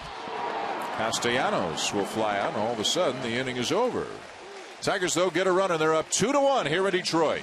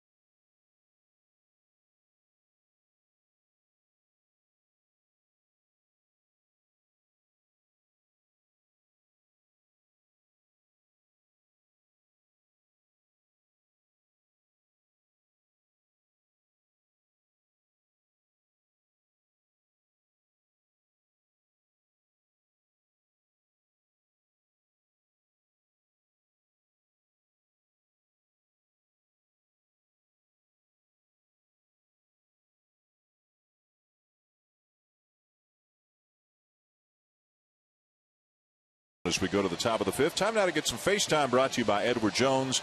Buster Olney with Tigers manager Brad Ausmus. Brad, Anibal Sanchez, 87 pitches so far. How much longer can you go with him?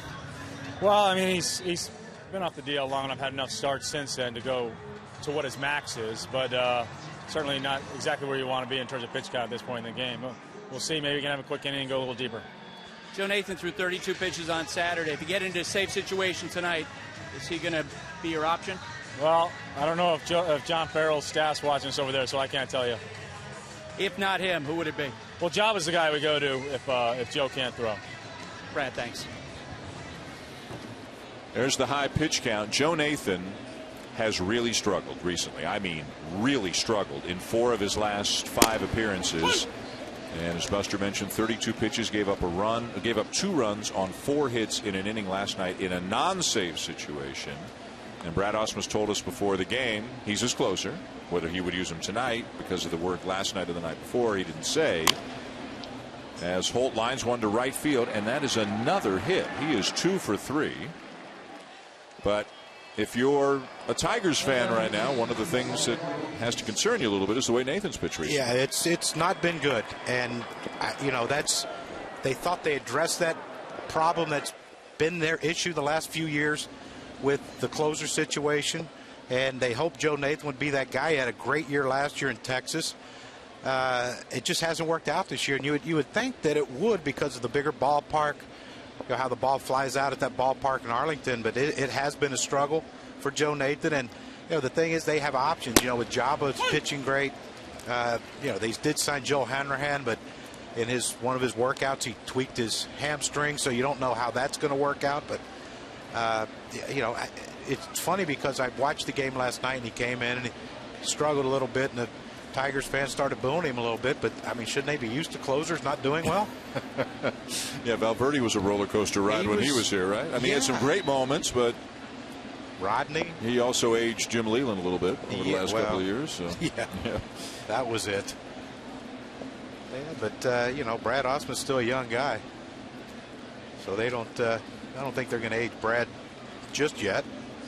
But you've got an experienced team that's had a ton of success. They've been to the American League Championship Series each of the last 3 years. One of those years they got to the World Series, but they haven't won it all.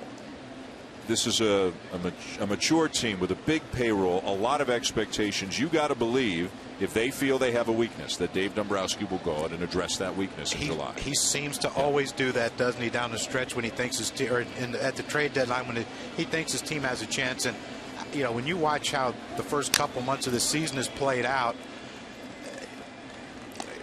there's like 20 teams right now that have a chance, but this team has a great opportunity to not only win the division again, but with that starting staff to go deep in the postseason. You know, when you watch postseason baseball, not many guys finish games. It's a quick race to the bullpen as soon as a guy gets in trouble. So you need a great bullpen and a great closer. And, you know, the Red Sox last year with Uehara, what he did, solidifying that closer role after everyone else got hurt. Bailey and Hanrahan both got hurt. You know, Uehara steps in and he becomes that dominant closer that helped them win a world championship. Will Dave Dombrowski go out and say, okay, what's available, who's available, and how can I get him? If Jabba, this is speculative on your part, that I'm going to put you in the spot here. If Jabba Chamberlain continues to pitch great, and Joe Nathan continues to struggle, and that's the way that it's been recently, do you think the Tigers will try Jabba Chamberlain as their closer? I think they will give it a shot. If Joe Nathan continues to struggle, they have to. You can't just wait for a guy to figure it out in June, July, or August and give him that opportunity. You know, it's not like they're 20 games up and they can live with it and, you know, maybe, you know, suffer through a couple games of having to watch a closer continue to struggle. But it's not a good pitch to swing at right there. You're not going to catch that one too often. But strikeout number 6 there for Sanchez. Buster, what is the possibility of Joel Hanrahan becoming a factor? Yeah, and he's a guy, of course, who has closing experience, 100 career saves, a 2-time All-Star, but he doesn't really seem to be on the Tigers' radar now. He had Tommy John surgery last year, and he's still working his way back. He had a hamstring issue last week. They're trying to get him through his throwing program, but right now he's not really an option. Now they do have the lead in the American League Central. They're 3.5 up on the Indians, who won again today. A strike taken by Pedroia. Cleveland beating Texas 3-2. And more bad news for Texas. Mitch Moreland, we heard over the last couple of days, needs ankle surgery. Will be out for 3 months. Decimated by injuries. Whoa. 68 on that pitch, and it's a wild pitch, and Holt round second, was thinking about third.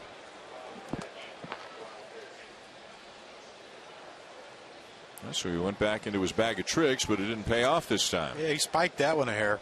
Yeah, that was not really close to anything. That's when Avila probably wishes there was a left-hand hitter, because that had probably bounced and hit him.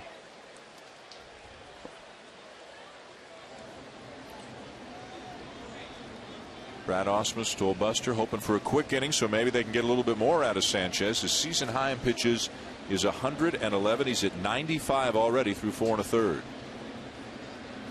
Pedroia has struck out and had a sac fly. And he lays off the slider away. Pedroia's hit first, second, third for the Red Sox right now.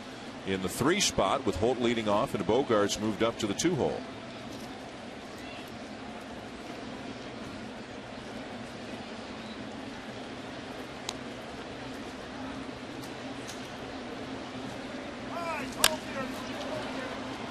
Right center, and it'll hang up long enough for Jackson to make the catch. 2 down.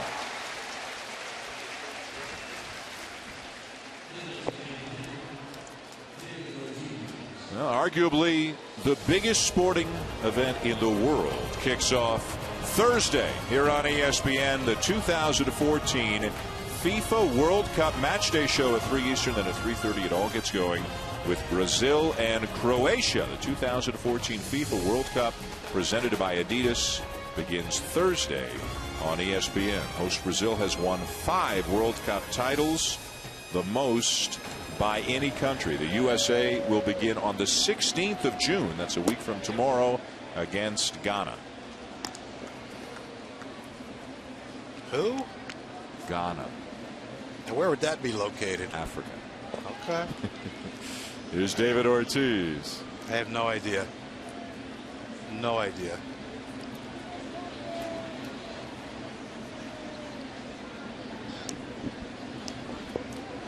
All I care about is where Detroit is, and next week where Atlanta is. Cool. 1-1 on Ortiz, who has flied out and struck out.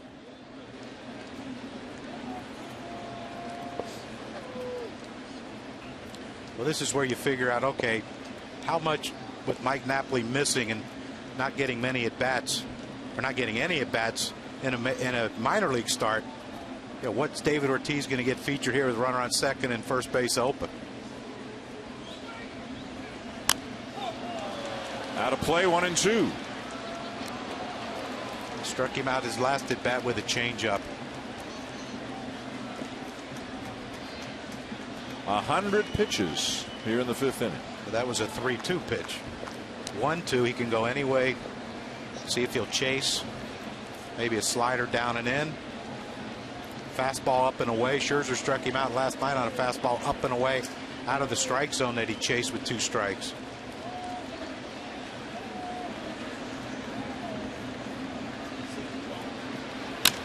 Fastball line to third, but righted Castellanos to win the inning. When we come back, Hall of Famer, Tigers legend Al Kaline will join us live here in the booth at Comerica Park.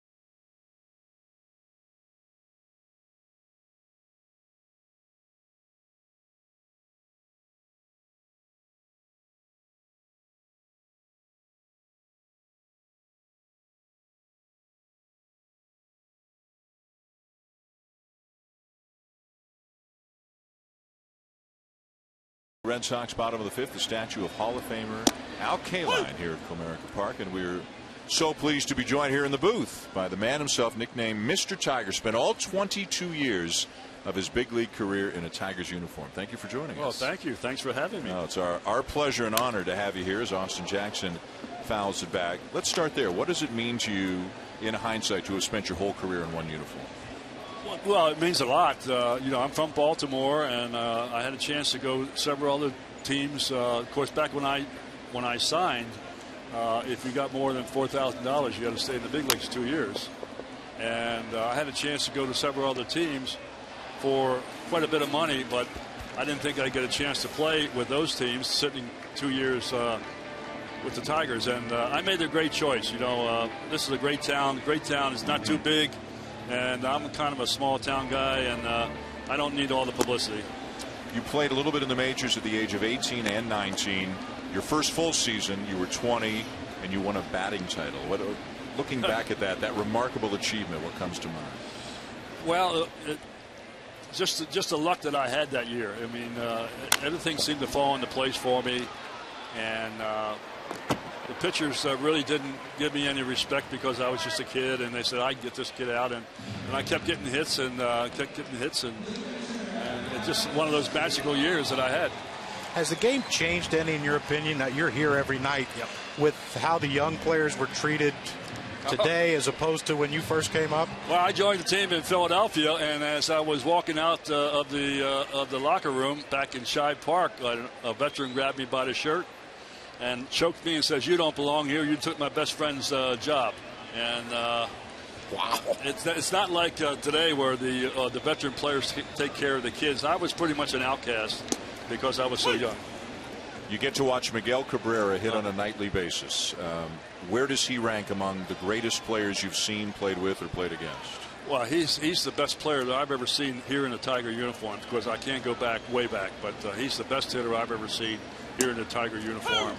I can't compare him with the other guys in the National League, but what I've seen in the American League, he's the best all-around hitter. He uses the whole field, and as you know, he doesn't run very well, and he still hits 340, 350 every year. In a big ballpark, it hits 35, 40 home runs every year. Does he still amaze you, or do you kind of expect it after all these years? Oh, I expect it. I expect it. And when he goes 1 or 2 games without a hit, I say, "What's wrong?" You know? But he's a great guy, and he loves to play the game of baseball, and he's just a great hitter. 1-2 the count on Alex Avila. Bottom of the 5th, 2-1 the Tigers leading the Red Sox. John Lackey on the mound for Boston. And there's strike 3 called, 2 down. Well, let's show you the double from earlier tonight, Al, from Miguel Cabrera. Maybe you could break down what you see in his swing a little bit. Well, you can see he has a little bit of motion with his hands, but his head's really still. He stays right behind the ball. And the game today has changed to the point now where it's a smaller strike zone, lower strike zone, and more hitters now are keeping the bat down and low, and they don't have to worry about hitting the fastball around the shoulders. And you see more and more hitters hitting the ball the opposite way now. Here's Suarez again, because you spent so many years in this city. This team's been so good the last few years, but they haven't taken the ultimate step.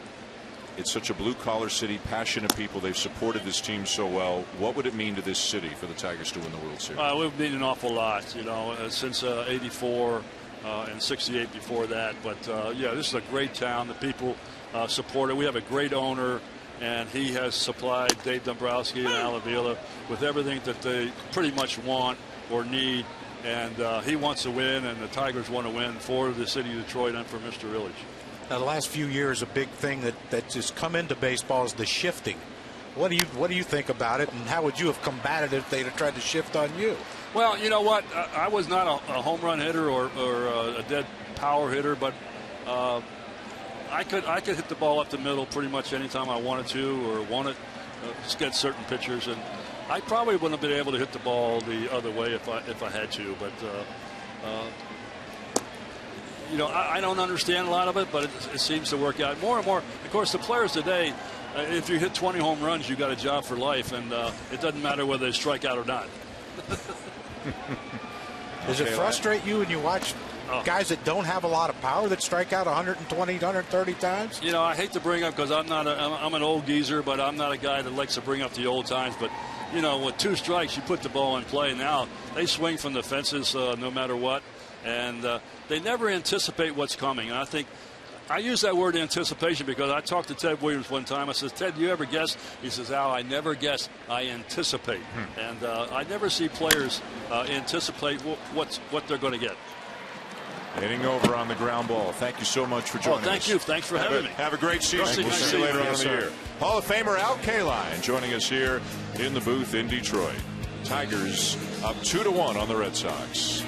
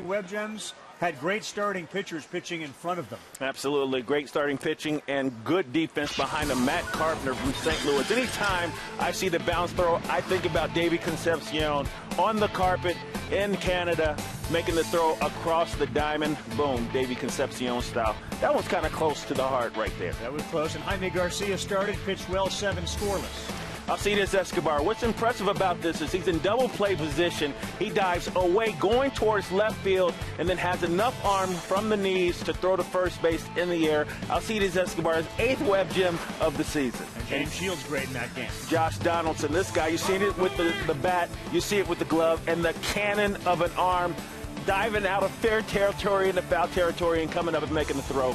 That is a great play from third base. And guys, 7-2 now is Scott Kazmir. What a bounce back he's had. With Barry Larkin, Carl Ravitch, see you tomorrow night for our game Monday. Now back inside the den. All right, guys, thank you. And we go to the 6th inning here in Detroit with the Tigers leading the Red Sox 2-1. Mike Napoli, A.J. Pierzynski, Daniel Nava. And again, our thanks to Al Kaline, who is as classy a gentleman as he was as talented a player. It's the classiest person who's been in this booth tonight, I can tell you that. Well, he didn't have much competition with you and me, but yeah, there's no close second, is there? Here's Napoli driving the ball to right field. It is pretty well struck, and it is gone. In his first game back off the disabled list, Mike Napoli takes Anibal Sanchez the other way for a home run to tie the game. 6th of the season for Napoli, and the first allowed this season by Sanchez. And 103rd pitch of the game for Anibal Sanchez here in the 6th inning. This is what the Boston Red Sox needed desperately to get Mike Napoli not only back in the lineup, but a healthy back in the lineup. Fastball up and away. You see Avila, he doesn't even move. He knows when the ball left the bat. You can tell by the sound that that ball wasn't coming back into play. Now Pierzynski, the Red Sox have tied it at 2, and there's activity in the Tigers' pen.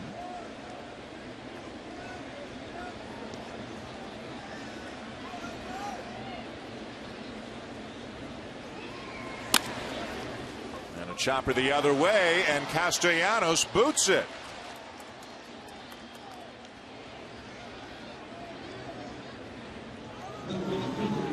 An error on the third baseman.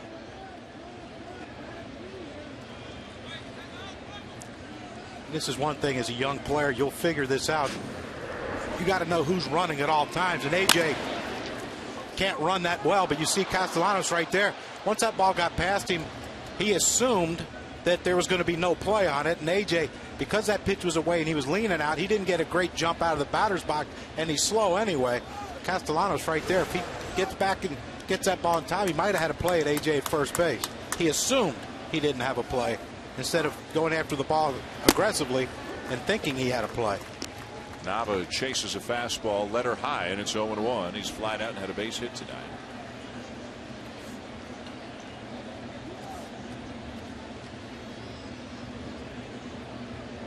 Left-hander Ian Kroll is up in the Tigers' pen. And Evan Reed's going to join him.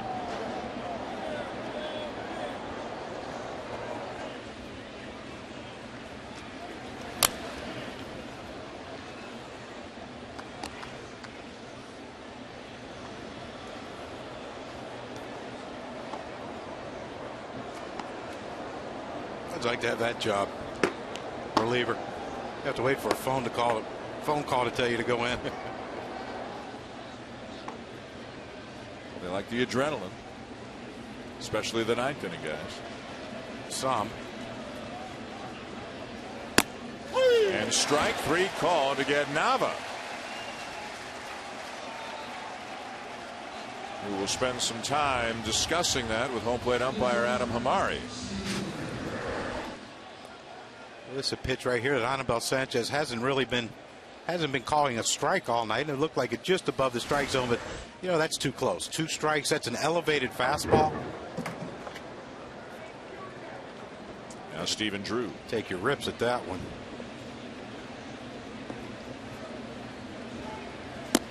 Hey, can I drop one quick Al Kaline Yes. thing on? Please do. We were talking about strikeouts. The most Al Kaline ever struck out in a season was 66 times.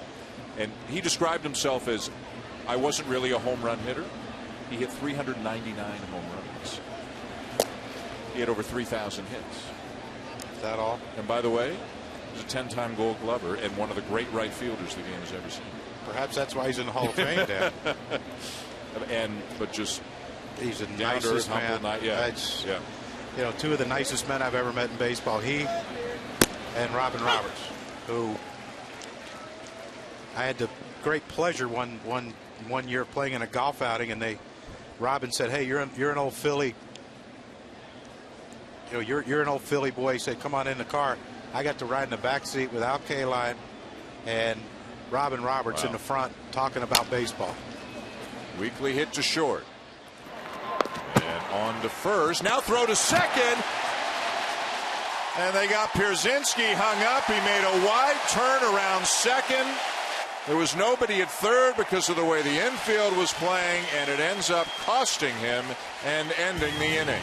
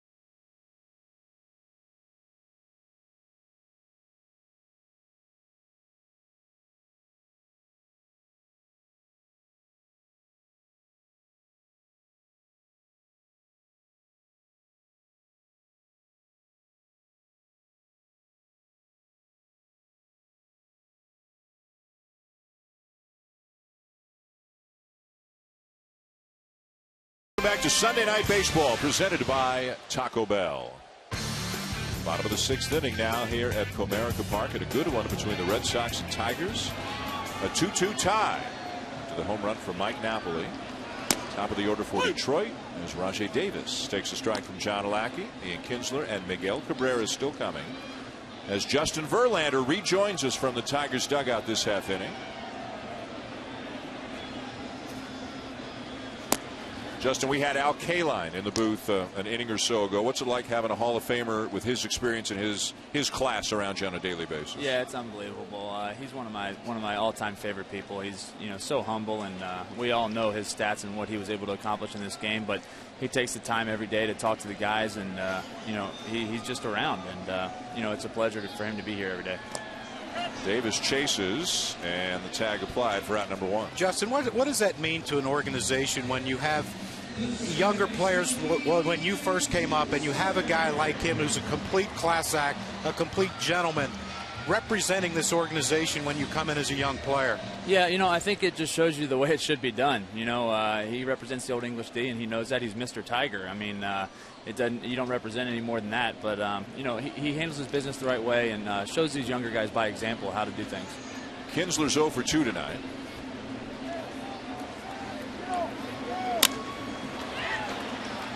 And a little looper, shallow right center, will be caught by Nava, the right fielder, for out number 2. Justin, as Miguel Cabrera comes up, we've had you on a lot. We haven't asked you anything about you. Can we talk about you a little bit right now? Sure. As you well know, whether you read the papers or the internet or not, everybody loves to talk about your velocity. How are you feeling about it, and how important is that to you in your mind in succeeding? The last couple in particular, I've been feeling much better. I've made some mechanical adjustments that I feel have really helped my velocity, and the ball's been jumping out of my hand better. And this is a game of adjustments. You got to work on things, and hopefully I'm going in the right direction. Definitely feels like it. Well, velocity last start, you hit 97 miles an hour with 98, John. Sorry, my mistake. I get carried away when I watch Miguel Cabrera hit. I forget things, but location is far more important than velocity. Am I correct? Yeah, absolutely. 2011, the first 3 innings I started the game, I'm throwing 90, 91 and, hitting my spots, and I saw how important that was. Even you can't take your eyes off him when he hits. You got to watch every pitch. Yeah, he hits the ball harder than everybody else. So if it comes this way, I'm not going to have much time to react. That's a fair point. Did you almost get hit last night with one? I did. I almost got smoked. Thank goodness that fence was there. Kinsler squared one up. I don't know how he barreled the ball at me, but he somehow found a way. You're just not ready for that from a right-handed hitter. 2-1 on the count of Cabrera. 2 down, nobody on. Tie game here in the bottom of the 6th. So would you consider that a pull hook from Kinsler? I don't know what I'd consider that. He barreled it, though. I'll give him that. Oh, haven't you barreled one and snap hooked it out of bounds before? You're a golfer. We don't like to talk about those. Those are our nightmare. Base hit for Cabrera. Crucky, he's now 6 for 10 in the series. Well, yeah, he's struggling along with it, too. But this is a breaking ball by John Lackey. And, to be honest with you, John Lackey's lucky that's only a single, because that was a hanger middle in, and when you see Miggy right there, it looks like he has some sort of issue. The trainer's coming out, Brad Osmus, with the ankle or some part of the lower body part. But again, John Lackey just lucky that's a single. You see the head staying down through the swing, hitting off the firm front side. But I think it looks like that left foot's the one that's actually hurting him. Yeah, he was in trouble right out of the box. So you wonder if it was even before this at bat. On the double to right field earlier tonight, he just beat the throw, and he was kind of half speeding it into second base, seeing he could beat the throw. But whatever it is, it's going to take Miguel Cabrera out of the game as Don Kelly will run with him. Justin, I don't know, do you know of anything? Did you see anything earlier in the game tonight? Well, this is the type of thing that goes on in baseball. We play 162 games, and guys are dealing with injuries that a lot of people don't know about. Or not dealing with injuries, but dealing with, sore whatever, or this or that. And it happens throughout the course of the season. Obviously, you hope Miggy's fine. He's a huge part of this ball club. And he goes out there night in and night out. He's gonna play. Now, speaking of injuries that we don't know a lot about, didn't you have one last year that no one knew about? You got it fixed this offseason? Yeah, I had a core muscle surgery this offseason. Everything's good to go, though. Maybe you need to eat more. I eat like a horse, man. I just can't put on weight. Crucky has that problem, too. I never pulled a core muscle. Can't pull fat. That's a good point, my friend. Here's Victor Martinez. So Don Kelly running at first for Miguel Cabrera. You know, sometimes, Justin, because of the greatness of Cabrera, it almost seems like nationally Victor Martinez gets overlooked a little bit, but I'm sure he's respected as much as anybody inside that clubhouse. Absolutely. He needs to get more recognition. I mean, the at-bats this guy puts up night in and night out are just unbelievable. He prepares better than anybody I've ever seen in this game, and you can see it when he's out there on the field. He grinds through at-bats and finds a way. What were your battles like with him when he was an Indian or a member of the Red Sox? I hated pitching to him. Yeah. He got me pretty good. He was actually my welcome to the big leagues moment. My first start was in Cleveland in 2005. And threw a fastball at 99 up and in, and he hit a double off the wall, and that was the pitch that nobody had ever hit before, and that was my kind of like, wow, this is a different level. Brad Osmus tells us how intense he is. You don't talk to him when he's heading to the plate or when he hasn't executed the way he wants to. He's got a bit of a different personality up there than Miguel Cabrera does. Yeah, he does. He works at it, and not saying that Miguel doesn't, but he doesn't quite have the natural ability that Miguel has. I don't think anybody on the planet does. I mean, he's very intense, very locked in every single pitch. And, I mean, even our pregame high five, I smack him in the face. And if it's not hard enough, he tells me to do it again. And he will draw the walk. I know Wally Joyner told me last night when I was talking to him, he said that the great thing about Victor is he's never going to get in the batter's box before he's prepared for that pitch. He takes his time no matter how long it takes him until he's dialed in. Absolutely, yeah. He's not the quickest at bat in the world, but he's locked in when he finally steps in. So Martinez at first, Kelly at second, 2 down, and the batter was Torrey Hunter, 0 for 2. How much have you already put in preparation-wise for Tuesday in Chicago? What's still to come for you, Justin? Well, I'm still going to look at some video, but these guys in our division, you know them pretty well. You know what they like, you know what they don't like. And they see us so much. We know each other well. They got that new guy swinging a pretty hot bat for him, Abreu, this year. Yeah, he looks to be the real deal. He's one of those guys that quickly established himself, and sometimes early on in guys' careers, you wonder if they're going to be able to keep it going or if it's just a hot start. But he's kept it going, and looks like he's going to be an all-star. I tell you, the thing I noticed about him is like Miguel Cabrera. There's rarely an overswing with him. Yeah, well, he doesn't need to overswing. He's extremely strong. He reminds me in that aspect of Miguel. He's got power to all fields. He doesn't need to try to generate power. It's just natural. Justin Verlander joining us from the Tigers dugout. They've got something going here. 2 on to a 2 out. Torrey Hunter at the plate.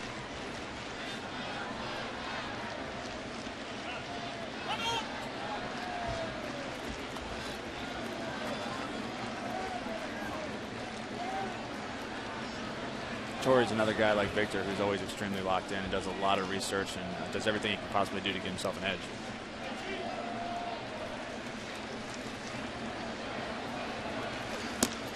Wouldn't you think, Justin, at 39, he'd have figured that out already? Well, I'm assuming that's something that happened over time. I would guess that early in his career, he just kind of threw his hat out there and was great. And as he got older, he needed to change a little bit. And I've never actually talked to him about that. I'm kind of assuming. Who teases him the most on the team about his age? I heard some guys call him Poppy or something. Pops but anytime you take a jab, you ask him how it was playing with Babe Ruth. And, just little jabs here and there. But he's good natured, I'd imagine, about it. Absolutely, he's one of the best, man. He's a great teammate.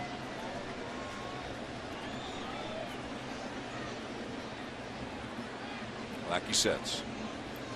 And the 2-1 fastball fouled back by Hunter, 2-2. He can still catch up with the fastball. As he tries to battle Lackey here and give the Tigers the lead. Over 33,000 here tonight.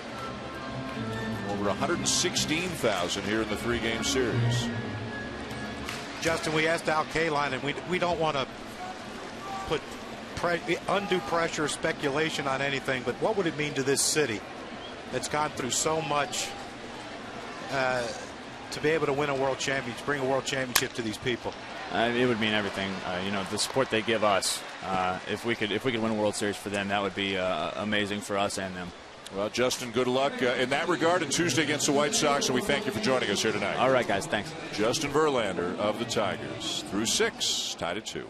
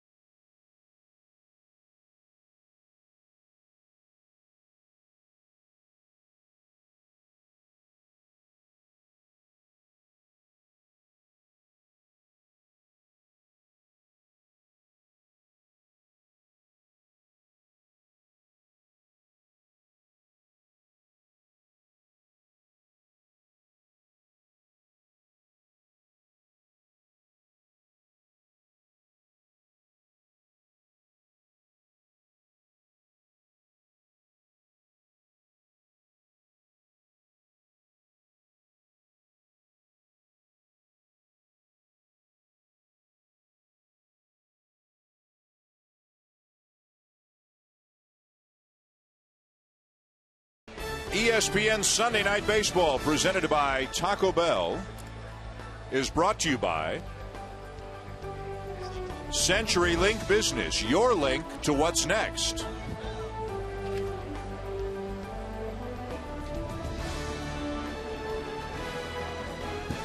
Mike Napoli's home run in the top of the 6th inning tied the game at 2 as the Red Sox try to salvage the final game of this series and end their 5-game losing streak.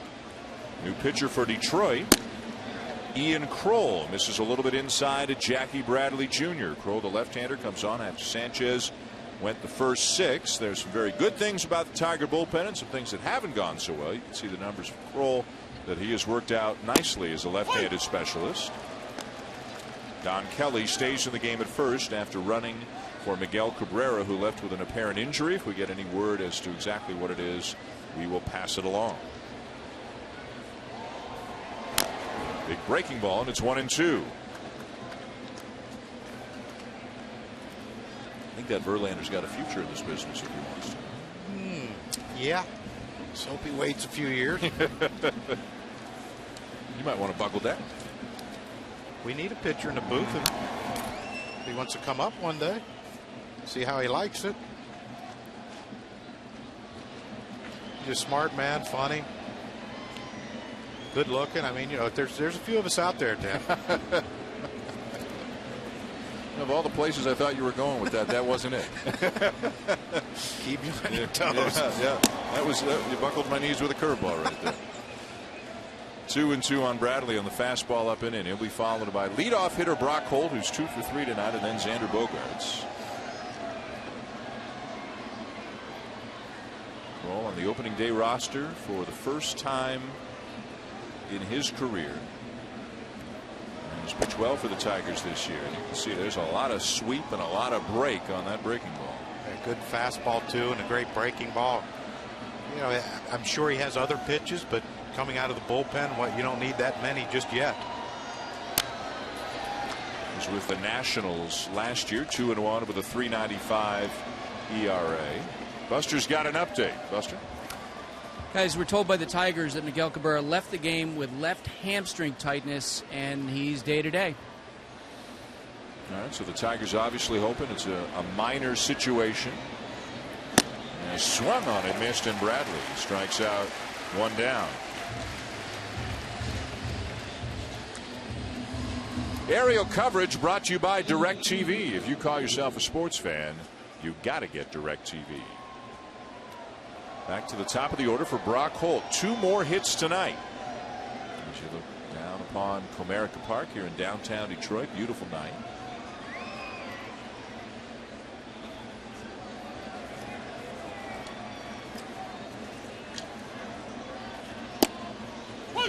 And the curveball at 76 for a strike.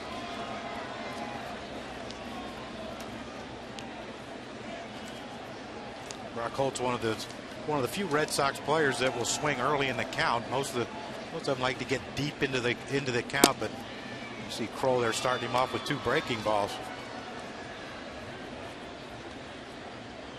John Farrell told us that Brock Holt hits lefties as well as righties, and he wasn't kidding. So far this year, he is 18 for 48, a .375 average against lefties. Make it 19 for 49. This could be 3. Yeah, this is 3. Yep. This is an easy 3. So he's 3 for 4 tonight with 2 singles and now a triple.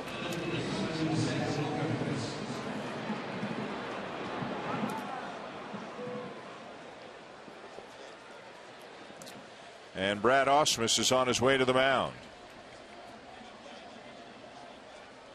He wants the right-hander Evan Reed as the Red Sox look to take the lead here in the top of the 7th in Detroit.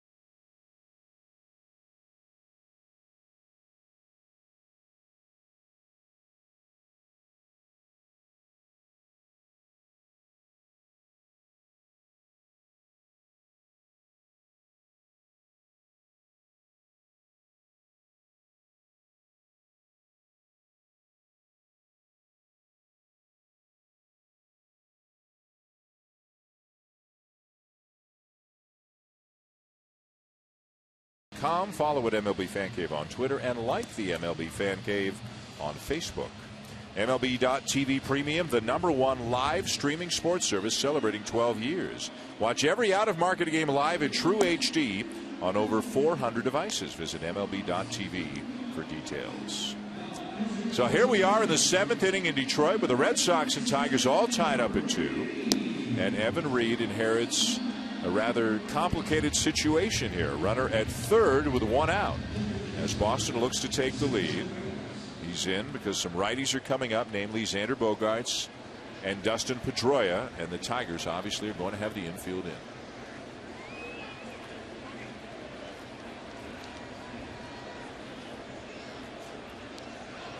Bogaerts 2 strikeouts and a walk, but a hot hitter. Lately hitting .353 in his last 25 games coming into this one. And I'm sure very happy he's not facing Anibal Sanchez again. Holt to go ahead run at 3rd.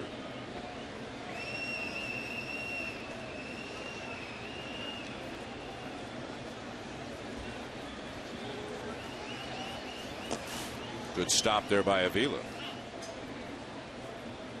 What was your mindset in this kind of an at-bat? Try to get something elevated in the strike zone. Phil Koch getting ready for David Ortiz. But try to get something elevated. You can drive into the outfield. But don't try to lift it. Because a lot of times you try to lift it. To me, it slowed my bat up and I would pop it up to the infield. That's no fun.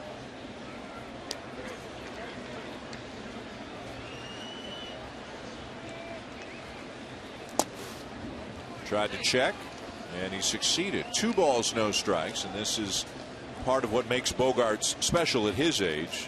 A good eye, a patient hitter, fits right in with the game plan the Red Sox. Yeah, they just must. You can't teach it. They can say what they want about, or anyone can say what they want about, well, that's the Red Sox way. It's not the Red Sox way. You have to have players that can do it. And it's in you. It's not something you can teach. 3-0. Crowd getting a little restless here with Evan Reed, with Justin Pedroia waiting on deck. I mean, if you could teach patience and only swinging at strikes, or make a lot of money. There wouldn't be so many guys striking out 150 times a year.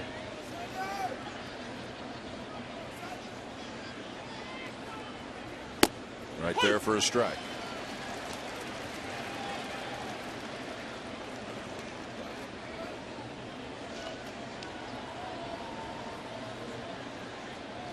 And sometimes young pitchers, you see Reed here throwing, that last fastball 98, but he threw 2 breaking balls in this at bat for balls. They need to go in there and go into a pitching machine and hit off 98. See how fun that is. And Bogaerts had to know he was getting a fastball because Reed hasn't thrown the breaking ball for a strike. And still hit it foul. Couldn't put it in play. And he's got to know he's probably going to get another one here, wouldn't you think? You would think, with what's coming up behind him. And if he throws a slider 3-2 for a strike, you tip your hat to him and say, okay, great job. But you got to pick one or the other. I'm picking 98. Because he doesn't want to bounce this and get past Avila for Holt to score easily. You got to try to make it difficult on the Red Sox scoring here.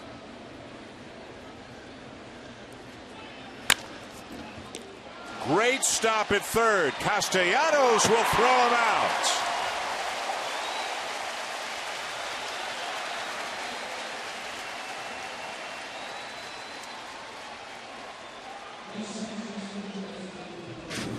Wow.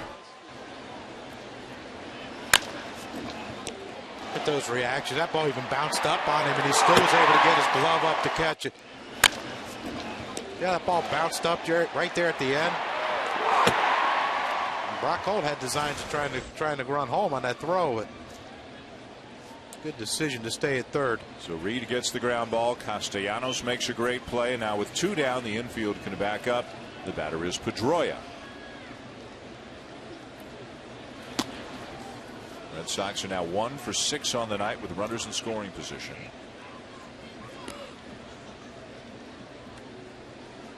These are not the kinds of numbers you expect from a Pedroia. No, and I'm sure that even though I'm pretty certain he's not a guy that looks at stats, he knows.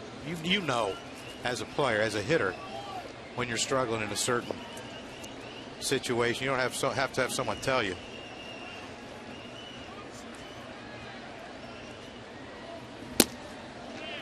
High, ball 2. That's not the place to pitch him, though. And look who's next. If Pedroia can get on, that's why Phil Koch's getting ready. If someone taking his picture and he's smiling at him, it's good to be Poppy.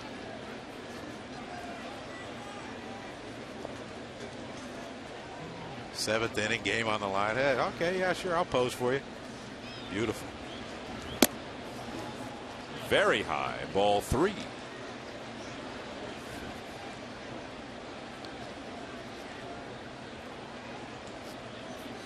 I think he gets nervous. Ortiz? No. Osmus? Brad Osmus. Doesn't seem like anything phases him. I got a resting heart rate of like 45. Yeah. He's probably thinking one more pitch like that and I'm going to have to go out there again. And he walks him. And Ortiz leaning on his bat. He just waved to Ausmus. He said, "Come on out. I know you're coming."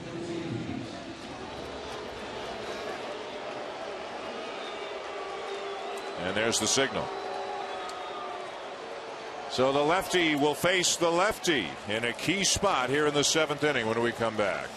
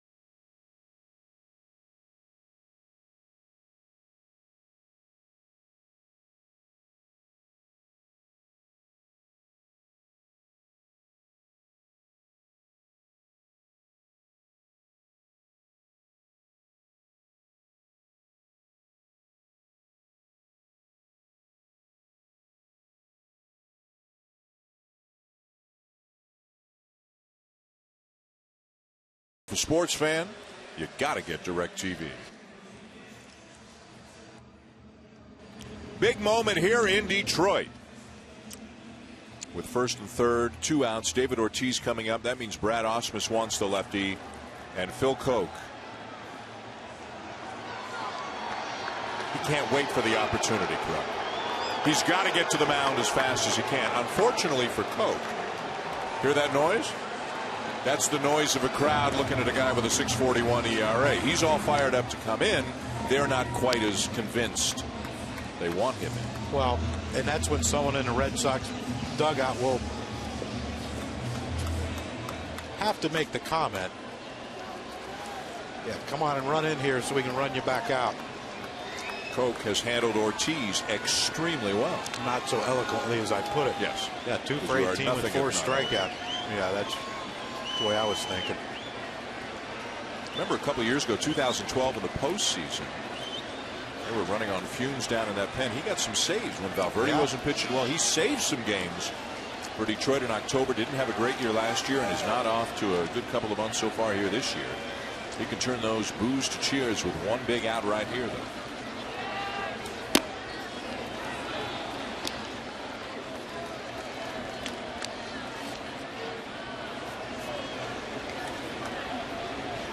Holt at 3rd, he tripled with 1 out, and out later Pedroia walked. 2-2 tie, 7th inning.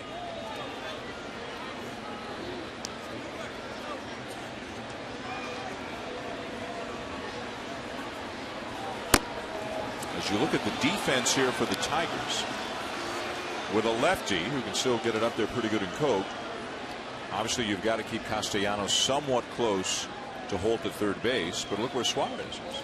Playing over on the left side of the infield. Ortiz doesn't see that very often. Yeah, very surprising that they're doing that. But you remember his last at bat with the runner on base, and Castellanos had to stay closer, and Ortiz lined out to him. He checked it, and it's ball 3.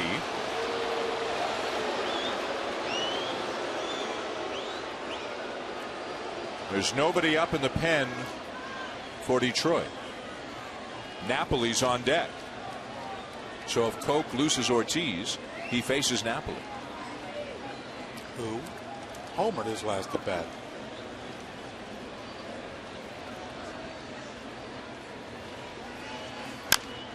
.30 green light, and he's popped it up left side, heading back toward the seats and out of play. Not surprising at all that he got the green light. This is your guy. This is the guy who's supposed to drive in the big runs, who's supposed to be the clutch player, which he has been throughout his career as a Red Sox. You love it that he's turned him loose 3-0 against a lefty.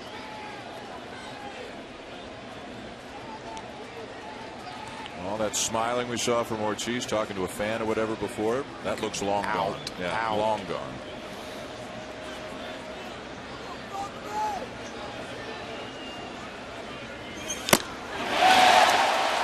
Here it comes. Hit it if you can.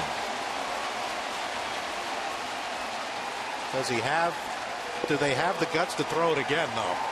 I think they do. I think the risk of throwing the slider is too great.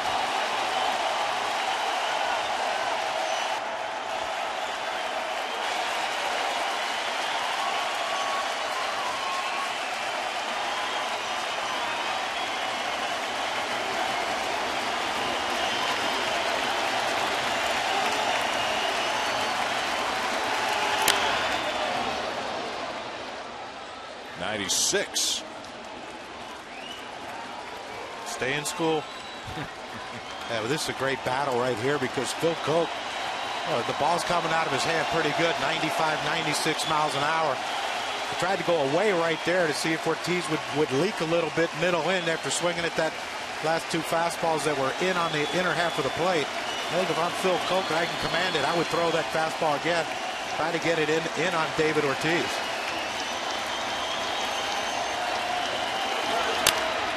Center field. Jackson back. Has it. Ortiz retired. Koch, a star now in Detroit as he gets Big Papi, and the game is still tied.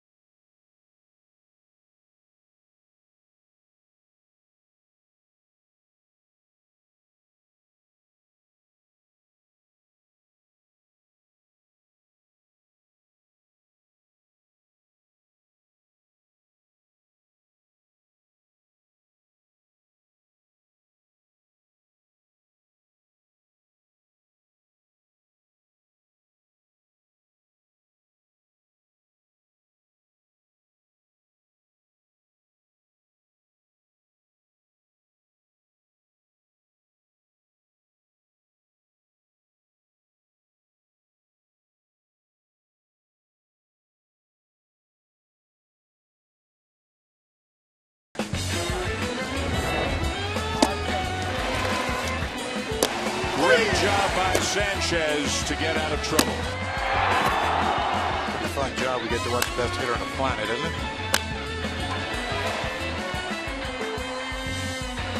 Here's Napoli. Pretty well struck, and it is gone.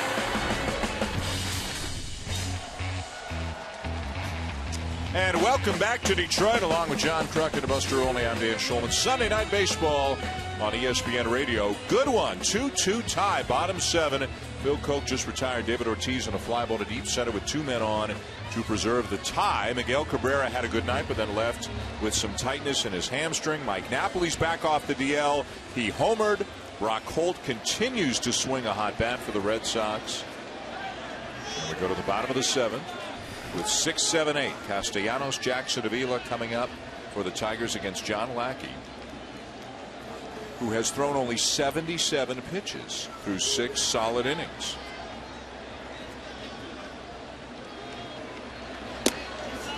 And the curveball's inside for ball 1.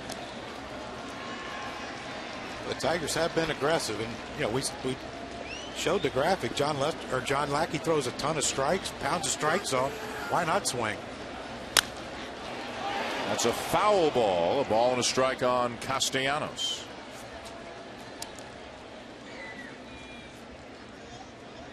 He's 0 for 2 tonight. The Tigers, after this game, they begin a stretch of 14 consecutive games against division opponents. And with this recent stretch, when they scuffled before these last 2 games, they kind of let everybody else in the division creep back into it. There's a base hit into center field for Castellanos. They open the night just 3.5 ahead of Cleveland atop the American League Central. They had a lead of about 7 when we saw them a few weeks ago. And everybody else in the division is right around the 500 mark. And they play all 4 of them over the next 2 weeks. The White Sox, the Twins, who picked up Kendrys Morales, the Royals, and then the Indians. And this is a pretty interesting division right now. Everybody thinks they got a chance. Yeah, 2 weeks ago we thought that the Tigers would just run away with it and hide, but that doesn't seem to be their MO. They like to seem to keep people around and make things interesting throughout the summer and into early fall. But the Fighting Francona's off the mat to get back in this thing. Tito's beat Texas again today, 3-2. Beat up on the Red Sox last week. Beat them 3 in a row. Boston will play Cleveland again next weekend at Fenway. Fouled off, and it's 0-2. The Red Sox will go to Baltimore, begin a series there tomorrow night, and then it's a 4-game series at home against the Indians Thursday through Sunday. I think his stomach's feeling right now. Can't be good. To go through a 10-game losing streak and then a 5-game losing streak in the same less than a month, really, because they won 7 between about a 3-week span.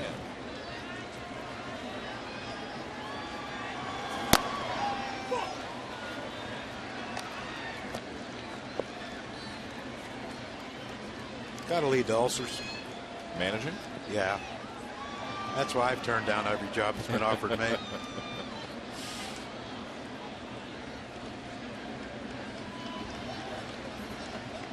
And you talked about Ausmus, his first year as a manager, how calm he looks.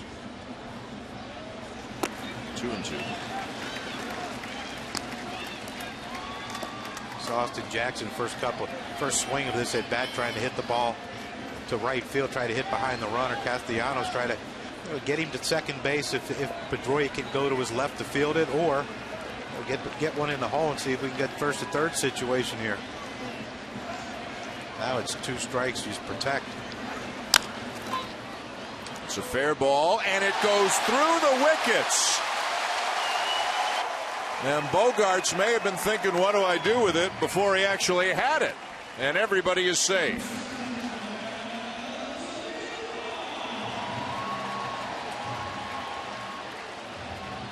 By watching this play, it looks like Xander Bogaerts was just trying to be way too quick with this ball right here.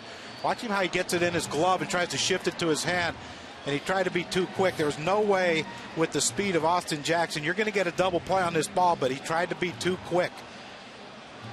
See the head come up before he watches the ball into his throwing hand. And that's just a field thing right there. Shortstop, that's the way you make that turn at shortstop. Third base, you catch it and then take your steps towards second base. There's no way he was getting a double play with Austin Jackson running. So you'd get the first out and get the only out you're going to get in that at bat. Now you're looking at some issues right here because Avila bunts right here. Now you have second and third. You got Suarez up.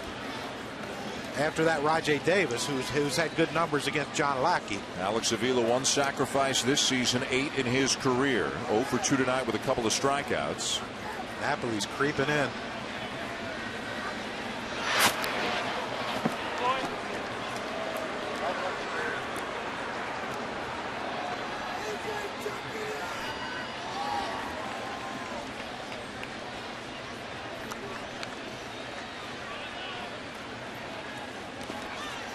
In the dirt, ball 1. He showed, he pulled back.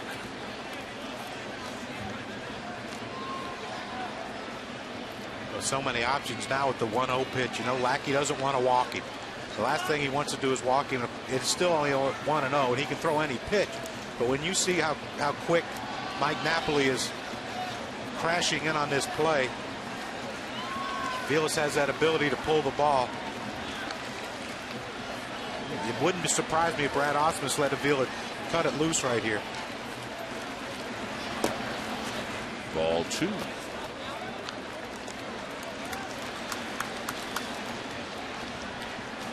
Activity now in the Red Sox bullpen. Right-hander Junichi Tozawa.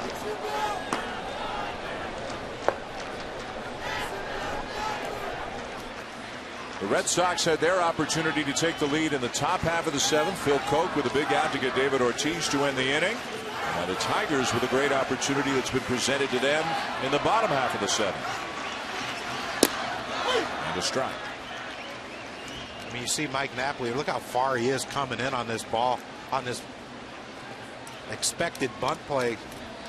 Yeah, he's trying to get the out at third base. He's not trying to make sure he gets the ball and gets one at first and have second and third. For Suarez, he's trying to get the out at third base and still keep the double play in order. I think I turn Avila loose right here and let him swing it. He's crashing way too hard. I know he's trying to bunt it to third, but. And they were going to turn him loose there. He pulled the bat back. You see Napoli retreat. Yeah. That's the scariest thing. Even if it's a pitcher like National League and a pitcher turns the bat back and swing.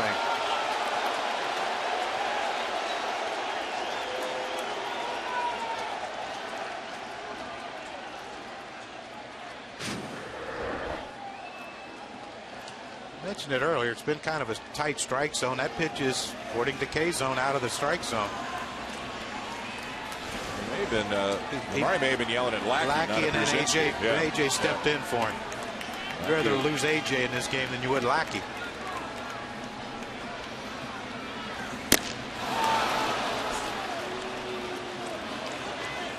Happiest guy in the world right now, Mike Napoli.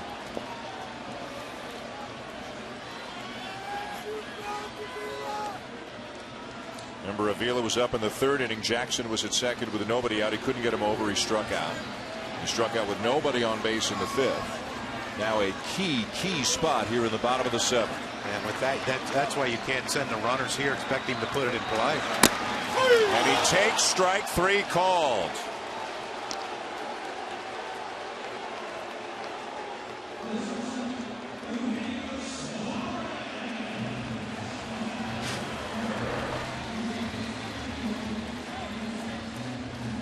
Could have been down a little bit, but again, 2 strikes, way too close to take, especially with the movement on that pitch.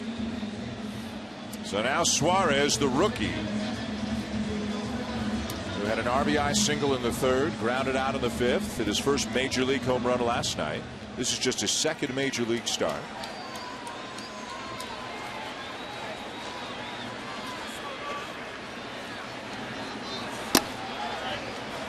Suarez is 22 years of age, from Venezuela.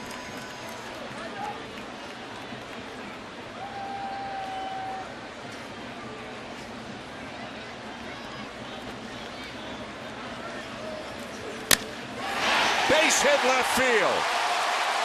Castellanos getting the wave, and the Tigers have the lead again. The second RBI single of the night for Suarez.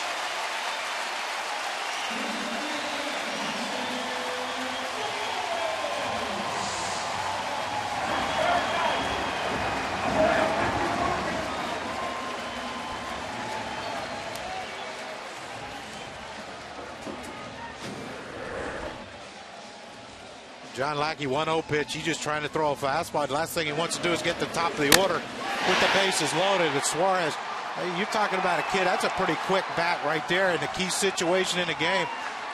It's a beautiful play, but a great play, too, by Brock Holt to keep the double play in order. And of course, Rajai Davis, a tough guy to double up, but keep this a one-run game. Give your team a chance with 6 outs left in the game. Is Rajai Davis 0 for 3? Yes, he did, says Adam Hamari, and it's 0-1. Safety squeeze, I'm hoping. With a runner on third, I hope he's not trying to bunt for a hit there.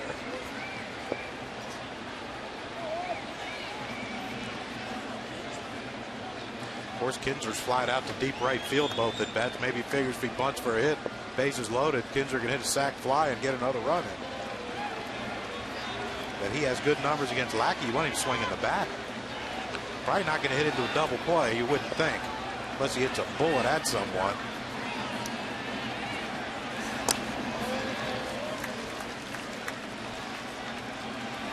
Let's go down to Buster. A few innings ago, Tigers manager Brad Ausmus wouldn't say who his closer would be tonight, but guys, I'm looking in the dugout, and Joe Nathan is still there. So it's probably a pretty good guess after throwing 32 pitches yesterday for Nathan that today could be Jabba Chamberlain if they have the lead. Nobody is up in the bullpen now, so Koch evidently is going to come out to work the top of the 8th. There's a pitch down and away, or you might see Al Albuquerque if they decide they need another pitcher, and there he is. He just got up and threw his first pitch, so it looks like the game plan would be Albuquerque either to start or when needed in the 8th inning, and then Jabba Chamberlain to close if they have that kind of a situation going into the 9th. Good block there by Pierzynski. 3-1 on Rajai Davis.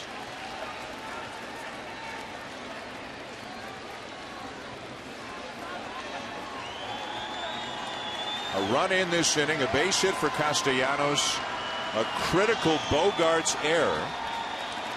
So it was first and second, nobody out. Avila struck out, and then Eugenio Suarez with another clutch hit for the Tigers that has given them a 3-2 lead. Infield back as of right now. You might want to send Suarez and hope Rajai puts it in play. Fouled off, full count. They just don't run people, do they? It's a different game now. Apparently. Yeah. And the Tigers run more this year, at least in terms of straight steals, much more than they did last year.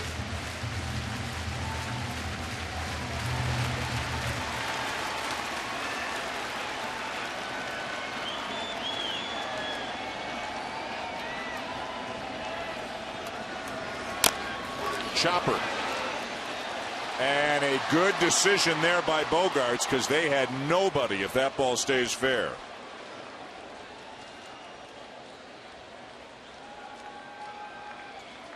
Well, that's a situation that, like you said, Dan, there is nowhere to go with that ball if he tries to catch it. The only chance you have is you hope it goes foul. And, you know, that's one of those things where, as a third baseman, you're trying to read the spin on the ball, see if it's spinning toward foul territory. But also, I'm sure they go out every time they come here first day and roll balls to see how they roll.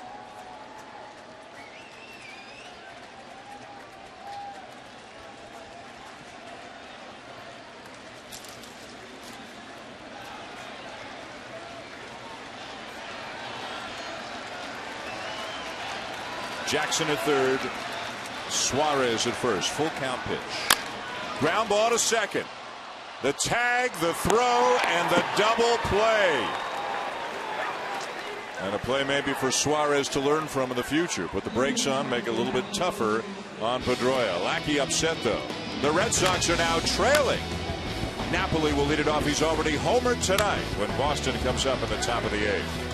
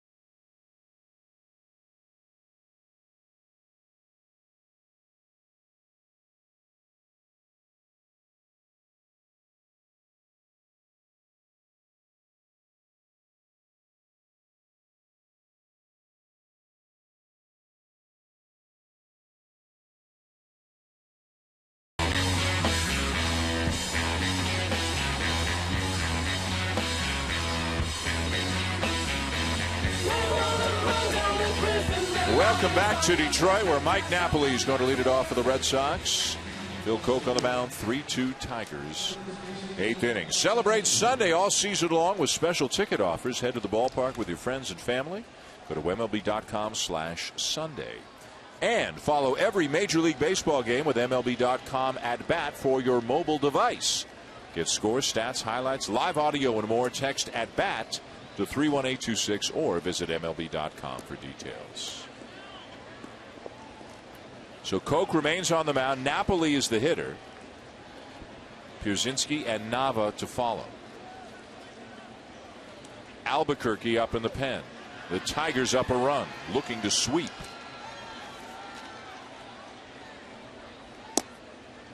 And a strike.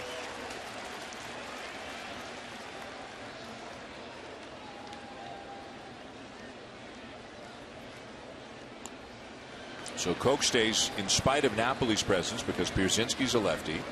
Nava's a switch hitter who's weaker from the right side. Drew's a lefty.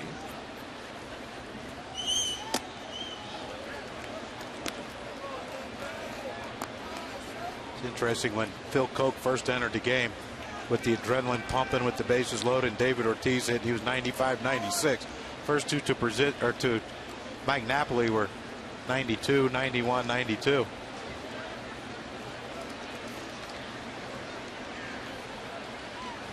Issues. Slider, 1-2.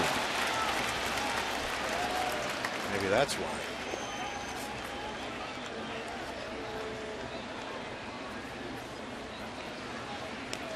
The Red Sox down near the bottom of the American League in runs scored.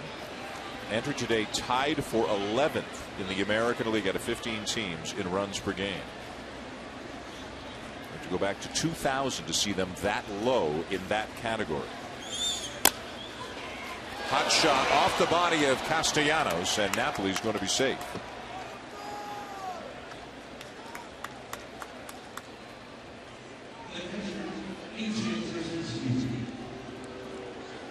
Yeah, that's a ball right there. They just ate up Castellanos. That's a do or die play. It's hit so hard you either make it or you don't. That's one thing, he kept it in front of him. What do you think about a pinch runner here? It's surprising. I would think this 8th inning, and I never understood it. Like, a lot of managers will wait to see if he gets in scoring position before they.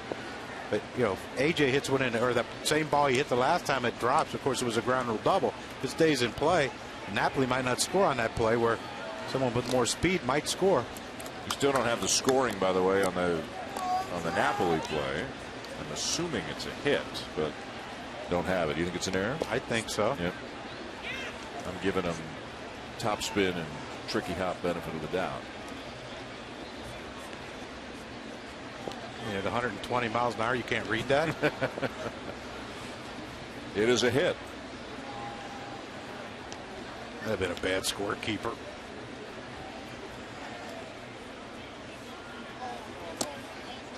And a 2-0 count now on Pierzynski. Remember, they booed Koch when he came in. They cheered him loudly off the field after he got Ortiz. If he throws a fastball into AJ's going to get out in front of and try to hit that hole. Try to get Napoli to third base. One thing you can't rule out against is a veteran guy. Of course, they're going away. Runner goes. Pitch swung on and missed. Throw down, and safe at second is Napoli. Talk about the element of surprise right there. Wow. Who would have guessed that? 2-0. They had the perfect pitch, too. Pitch away. AJ had to swing. Like it was a hit and run.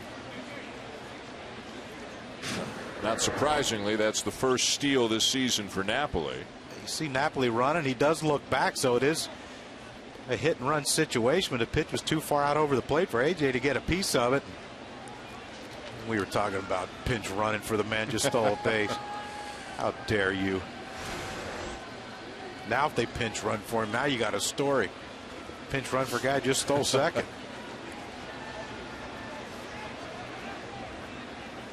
Almost a year ago, June 12th of last season, his last steal. Hot shot to third. Castellanos looks the runner back, throws him out. And Phil Koch was sprinting over to third to make sure somebody was there because Castellanos was so far off the bag, just in case Napoli really got frisky. So 1 out. The potential tying run at second here in the 8th inning, and the batter is Nava, 1 for 3. He's got to pull that ball.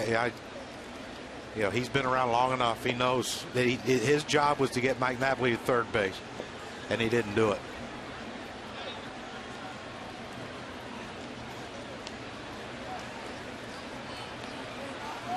Nava, as a right-handed batter this year, 2 for 26.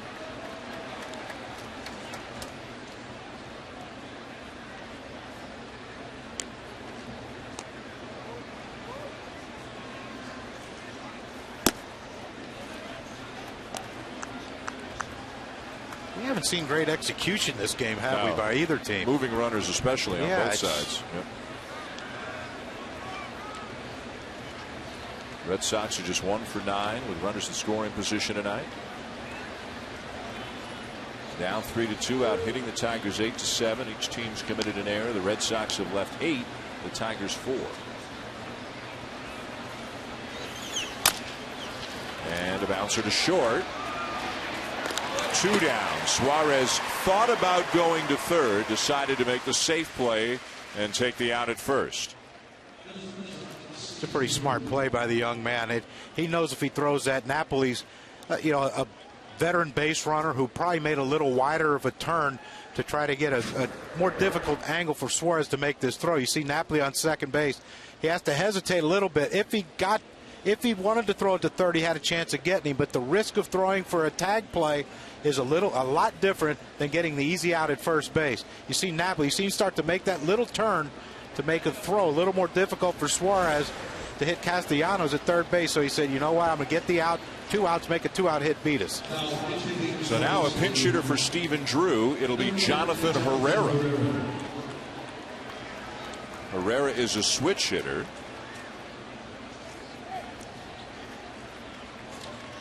Johnny Gomes. Well, I think if they bring in Johnny Gomes and Brad Osmus goes right to the bullpen. Yeah. You know, this way you bring in a switch hitter, there's nowhere for him to go, so you just leave Koch out there and it speeds the game up, Dan. Base hit ties it. A strike taken. Herrera on the season is hitting .250. From the right side, he's hitting .286, 6 for 21. Small sample size, yes. 6 for 21. But you see where the infielders are playing. Kelly, Castellanos, they're all in. They're both in, playing for a possible bunt by Herrera.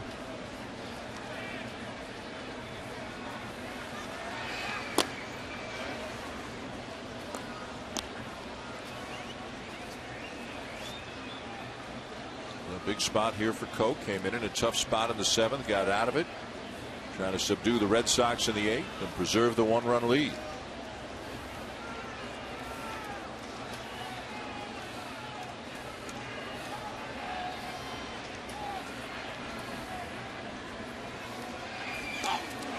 And he hit him in the leg.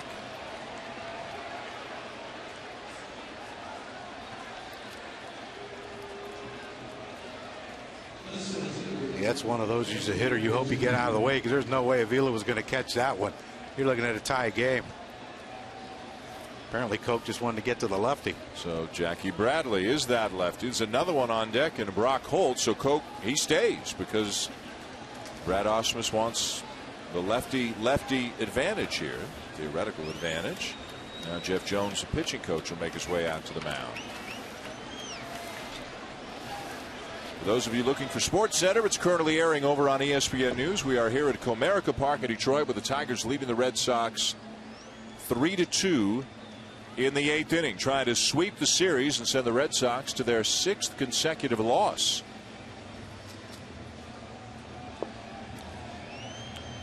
Post-game coverage of NBA Finals Game 2 on Sports Center over on ESPN News as Miami had a big night. LeBron, if he get 35, and the Heat have evened up the series at a win apiece. No cramps. No cramps tonight, evidently. Now, if you're Coke, you don't want to have anything to do with Brock Holt right now. The way he's swinging the bat, this is the guy you got to get. That's why Jeff Jones went out to the mound. He's, this is the guy. We'll let whoever's closing for us in the ninth worry about Brock Holt, but we don't want no part of him in this inning with runners in scoring position. Remember the last at bat, Jackie Bradley against Coke. Coke threw him fastballs up and in to get him to swing through them.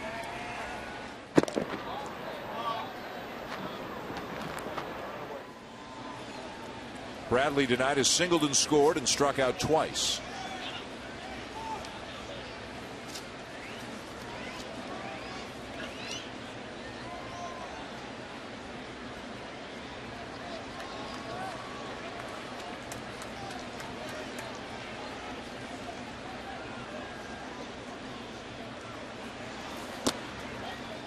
Outside, ball one.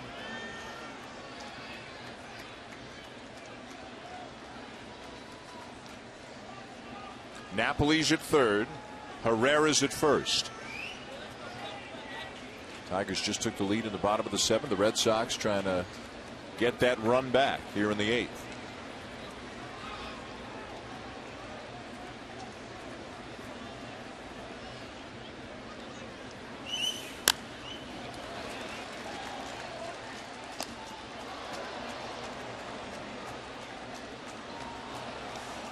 Pretty big swing for Jackie Bradley. He's got some pop, but not a lot. So you cut down the swing. More contact would be, especially in this situation right here. All you want to do is get something into the outfield, on the ground in the outfield.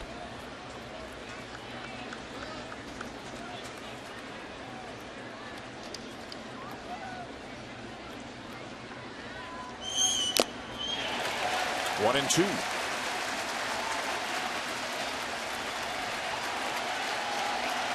And they're going to get on their feet again here in Detroit.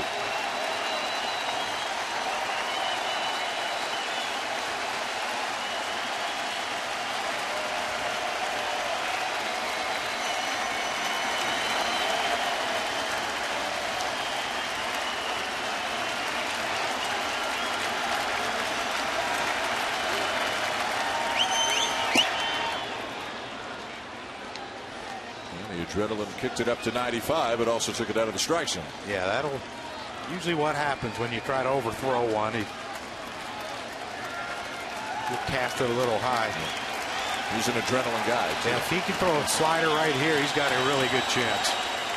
Johnny Gomes there thinking he might have been hitting here.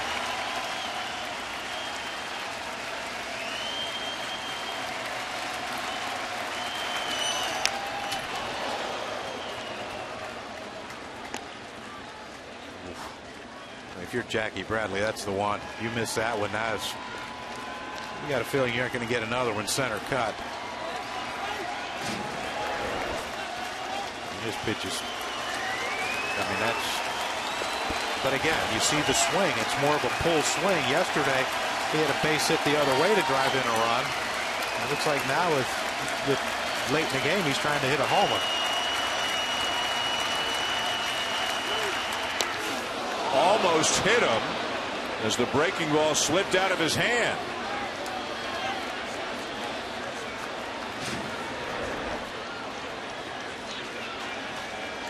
It's a slider. He let go of a tad too soon. Full counts now on Bradley. That means that Herrera will be on the move from first. And if he doesn't get a fastball right here, then there's something wrong in this world, Dan. Jackie Bradley better be dialed up and tone down the swing.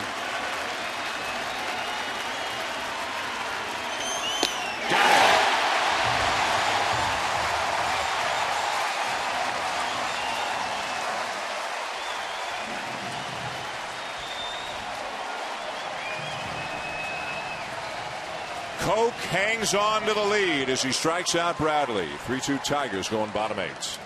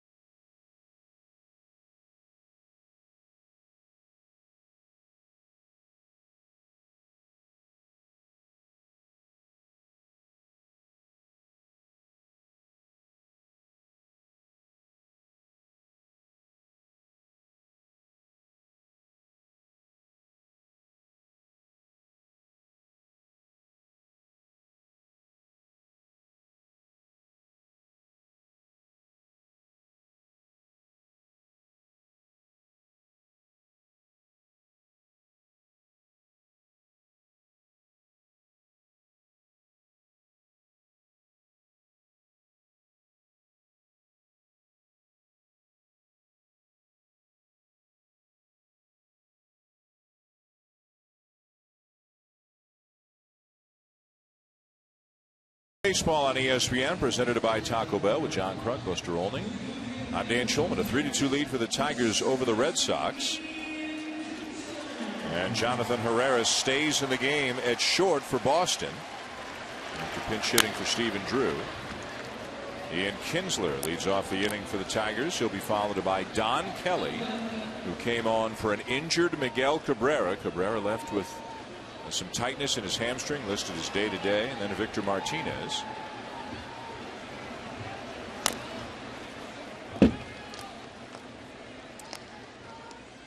Meanwhile, Jabba Chamberlain is up in the pen. If you weren't with us an inning ago, Buster told us 32 pitches for Joe Nathan last night. Really struggling lately. Also pitched Friday. So Jabba Chamberlain, who's been on a real roll, will get a chance to close the game tonight for the Tigers.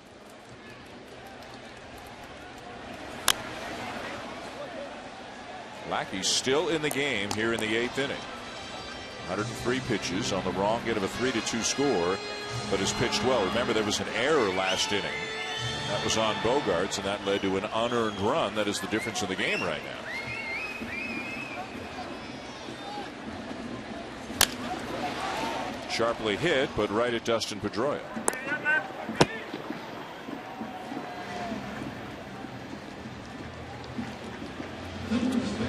Coming up next on SportsCenter, post-game reaction from San Antonio, where Miami has even up the finals at a win apiece. The bench is clear in Baltimore. Manny Machado in the middle of it again. Dale Jr. clinches a spot in the chase. I just saw a bit of the highlights, for lack of a better term, from the Oakland-Baltimore game. And Manny Machado swung deliberately late, it sure looked like, and released the bat. Remember, this goes back earlier in this series. Donaldson tagged him harder than he would like. Then they threw at Donaldson a little bit. No love lost between these two teams. But you can't be intentionally firing bats around the ball. No, and I'm sure there's going to be a suspension of some sort. How many games? Who knows? Yeah, it's disappointing because he's such a great young player that you hate to see this kind of mark go on him right now as a guy. But I played with a guy in Dickie Thon who got hit in the eye with a pitch, and Dickey was very sensitive to anyone throwing up and in on him. But Manny Machado, the first pitch in that at bat was a pitch down and in, around the knee area, and then the next pitch was when this all came about. But I know Buck Showalter well enough to know he's going to have a talk with him, and going to tell him, how we've missed you the first month of the season. Now we're going to. We might miss you some more. Right. And you're going to hurt us. And it seems like it obviously goes back to Machado had a serious knee injury, had surgery. And when Donaldson tagged him in the play between second and third, I guess, maybe Machado's thinking, hey, I'm just coming off surgery here. And Machado seemed to take exception to how hard Donaldson tagged him. Yeah. But you know what? That's baseball. Yeah. That's what happens. Yeah. You can't, but here's the thing. The people in Baltimore, the Orioles players, his teammates, they understand what he went through. The Oakland A's could care less what he went through. Any team in baseball could care less what he went through. You have to expect, he didn't tag him hard because he had a bad knee or he's coming back from a surgically repaired knee. Right. It's just the way the game's played. You can't take things personal. Lifted in the air to left center. And it'll be Holt there, 2 down. Buster, what have you heard about that situation? Well, 2 innings before that incident happened today, Manny Machado twice had hit the catcher with backswings. The Oakland Athletics reportedly were upset that he didn't express any remorse. He didn't acknowledge the catcher getting hit in any way. And you asked about the suspension. There actually is some precedent. In 2002, Trot Nixon got 4 games of a suspension when he threw a bat at Ryan Roop of the Tampa Bay Rays. Boy, I would think if you get off with 4 for that, you got to consider yourself pretty lucky. That feels like a 10. Yeah, but remember when pitchers, when they thought hit a guy intentionally, they got 4 games or 3 games. Now that they're getting ramped up now. Now a starter will get 6 just to make sure that he misses the start. But and I don't see why throwing a bat intentionally at somebody should be any less than throwing a ball. No.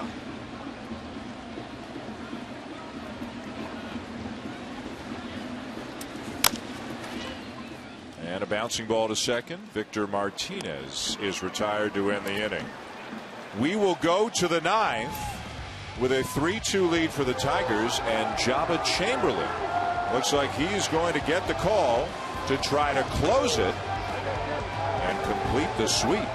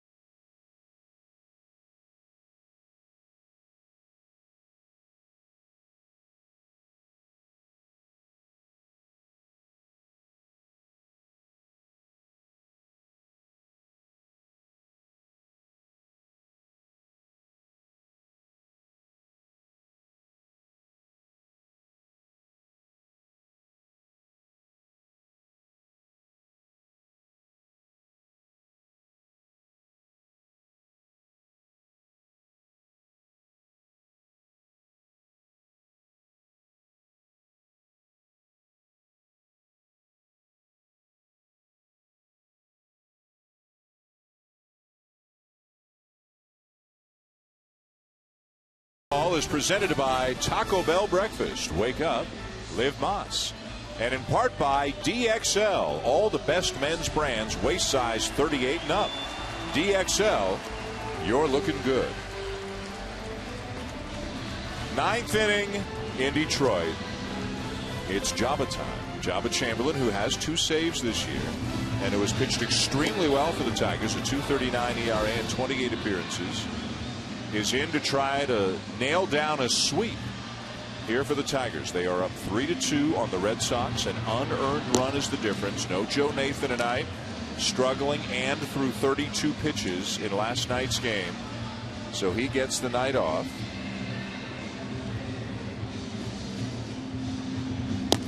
And Chamberlain is on a streak, Crucky, of 12 consecutive scoreless outings.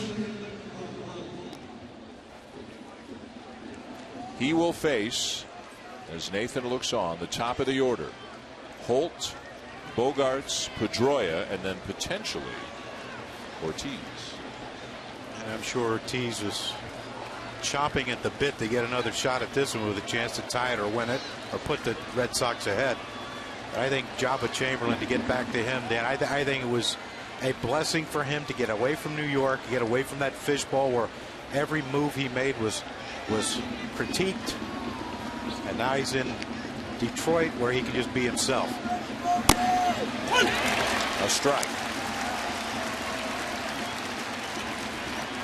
Holt tonight is 3 for 4, has raised his average up to .333. Had a triple his last time up.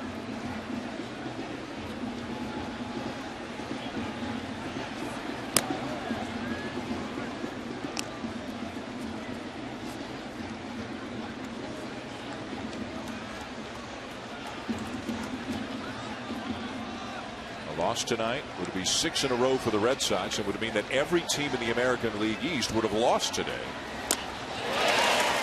A win for the Tigers would restore their 4-game advantage over the Indians. Cleveland beating Texas earlier today.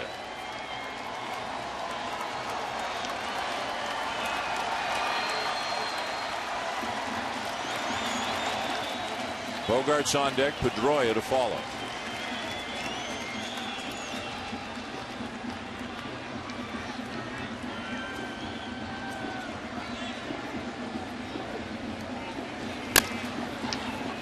Chopped up the middle, and it's going to get through for the 4th hit of the game for Brock Holt.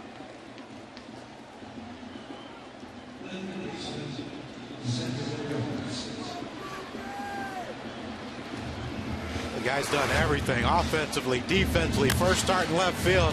This is something he didn't forget to do once he moved to the outfield for this one game, is get base hits. That big double off Coke. Look at these defensive play right here to save a run or two. Unbelievable game by Brock holding this one. And then leading off the ninth inning, one-run game. Bouncer up the middle. Suarez, even if he comes up with that ball in the slide, had no chance at the speedy Brock Holt.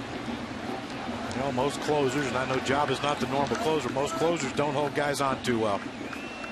Now Xander Bogaerts. And a swing and a miss 0-1. If you're wondering, Bogaerts does not have a sacrifice this season.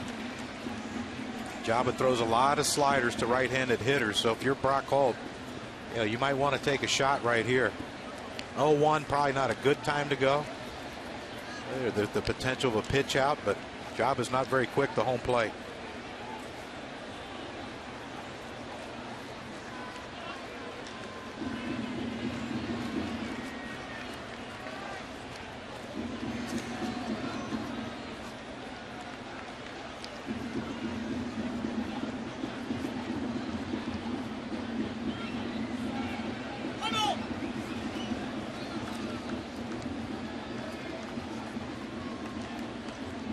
That's the old hold it until someone calls time.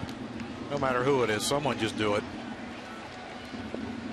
He had no design on throwing that pitch toward home, just right there. Oh, pretty good speed at first. Leadoff man aboard, down a run, top of the ninth. Now he squares and bunts it hard and foul. And the count is 0-2. He bunts that fair. That might be a double, possible triple. That's what you call squaring up a bunt.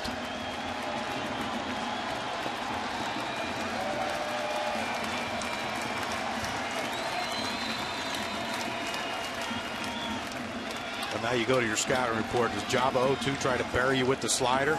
If so, Brock Holt can run. I think he throws him a slider here.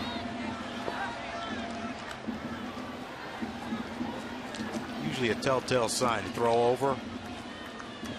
Catcher gives you a sign to throw over. That means he wants to throw the breaking pitch.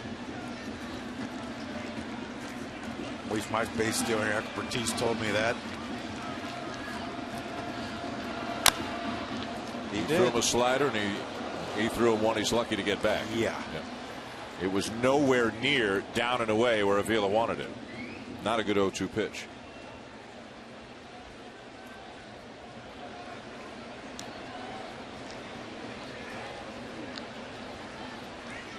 Now this could be a situation where they could pitch out. He already threw a bad slider. Last thing you want to do is seem to throw another one. And Brock Holt might be thinking, oh, okay, he's trying to get him out with a slider. Maybe now I can run. The cat and mouse game.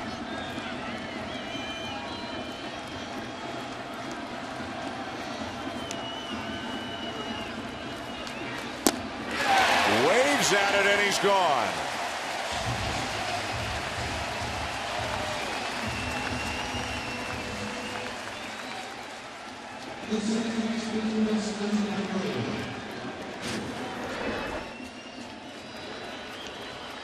I mean, that's it's not a very good swing right there, 0-2, but it just shows you how good Java's slider has been this season for the Detroit Tigers. I mean, if you're Bogart, he's sitting dead red. He thought, okay, he's got to throw. I just hooked an 0-2 pitch foul. He's got to throw me a fastball. Now Pedroia 11 for 26 in his career against Chamberlain. Throw over, slider. And if I'm Brock Holt, I'm still running. I mean, I'm trying to run. You know, they're not going to pitch around or Pedroia with those numbers against Jabba to face Ortiz. Would they guess and pitch out? I think he throws a slider. He's going to try to throw a slider and bounce it. Not going. And a strike. You played this game. Well, I guess they're waiting for the pitch out, or maybe they've struggled so much they're afraid, well, if he gets thrown out, how's that going to look? But you know what? You're pressing the issue. You're giving your team a chance. I know they want Ortiz to hit with a chance.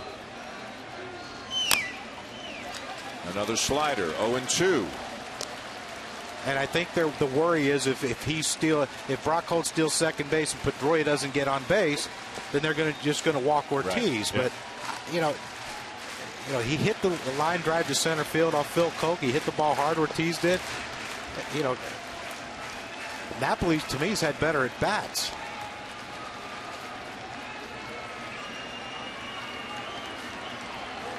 And you never, ever, ever want to take the bat out of David Ortiz's hand. You want to get the guy in scoring position. Missed away with a slider.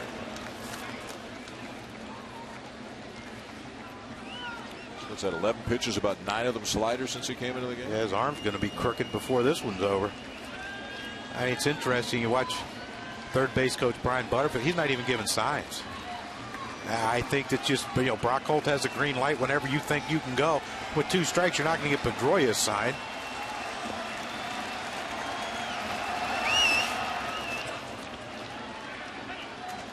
Two and two.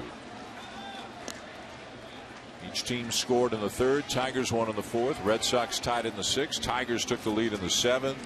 Boston's lost 5 in a row. Tigers looking to sweep them for the second time this year. I had read John Farrell's lips there telling Torey Lovullo. He said he could steal that base whenever he wants. It looked like that's what he said. But again, he's a young player. The last thing he wants to do is get thrown out in the 9th inning behind 1 run. But he's done everything else so well, he might as well steal a base. Maybe he figures left fielders don't steal bases. I don't know, Dan. 4-hit night for Holt. Tying run at first, 1 out of the 9th inning. Of course, he did hit a triple and didn't score. Maybe he figures he can score from first on his Pedroia double down the line.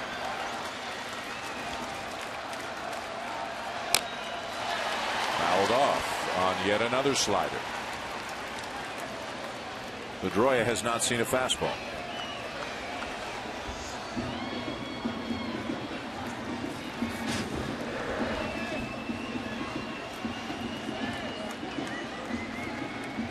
Right off the inside of the knee. Maybe a little higher. A little higher? Maybe a little higher, yeah. Mid-thigh.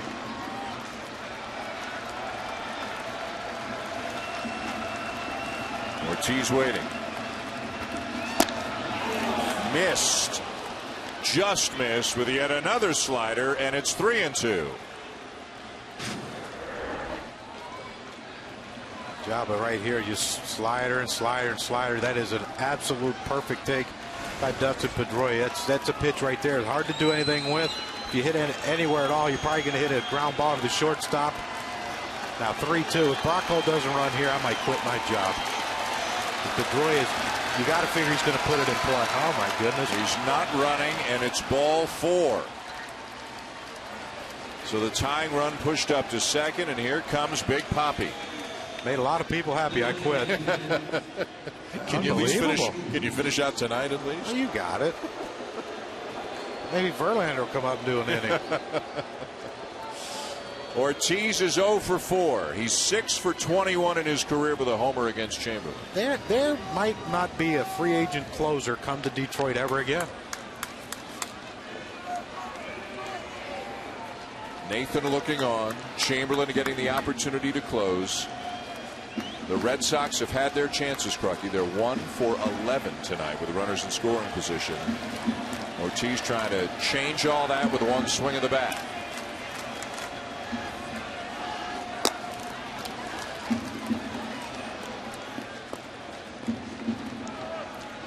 I mean, if I'm David Ortiz, I'm thinking slider. 99.9% of his pitches since he's come in have been sliders. What, 15 out of 16? That's where Don Kelly has to be really aware. Fastball, and he's late on it, 1-1. Because he's sitting on a slider. Yeah, Ian Kinsler has to be aware. Make sure Don Kelly knows what pitch is coming, because the last thing you want to do is for Ortiz to hit one down the right field line and score not only Brock Holt but Pedroia to give him the lead. Pretty good speed at both first and second for the Red Sox here in the 9th inning.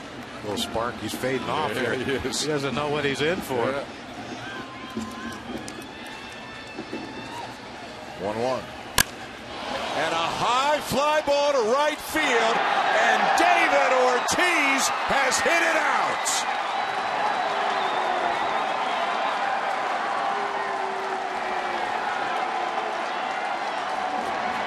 There goes the scoreless streak. There goes the lead.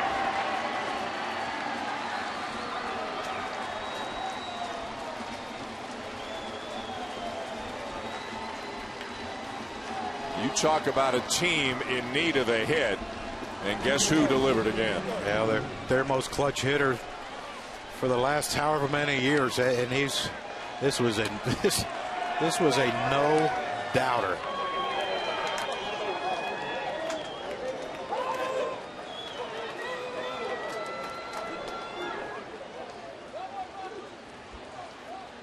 Five-3 Red Sox, ninth inning. Ortiz stunning the crowd here and driving many of them up the aisles.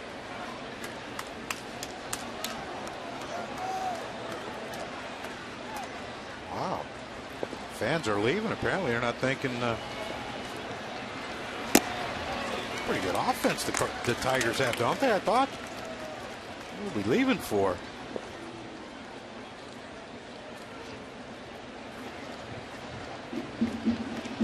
Jabba Chamberlain blows the save, and as you might expect, Koji Uehara is now up in the Boston pen.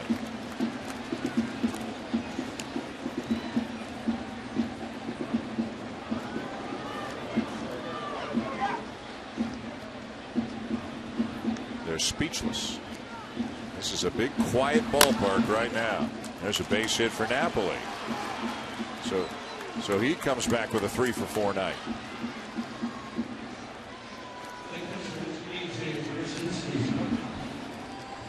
You saw how Anibal Sanchez got David Ortiz out. Fastballs, changeups, everything else.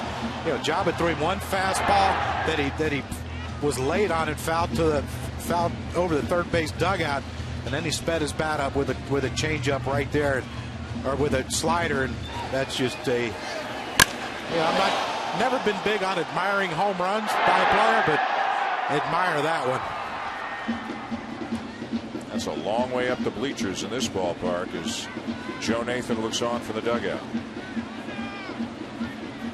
The ninth inning has been a problem for the Tigers. For how many years? It's amazing.